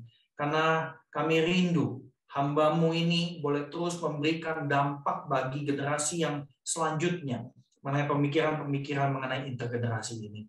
Tuhan, kami serahkan setiap daripada kami, kiranya Engkau boleh bungkus tutup kami semua dengan kuasa darah-Mu, sehingga istirahat malam ini boleh menjadi istirahat di mana kami mengerti apa arti beriman. Ketika kami beristirahat tidak bisa berbuat apa-apa, disitulah Engkau melakukan banyak hal ya Tuhan. Kami mohon belas kasihan-Mu dengan seluruh doa kami. Di dalam nama Tuhan Yesus kami berdoa dan bersyukur. Amin. Amin. Terima kasih Bapak Ibu. Selamat malam. Tuhan berkati. Yuk semuanya. Sampai Sabtu depan. Yuk semuanya. Malam. Terima kasih Bapak Ibu. Sampai minggu depan. Terima kasih semuanya.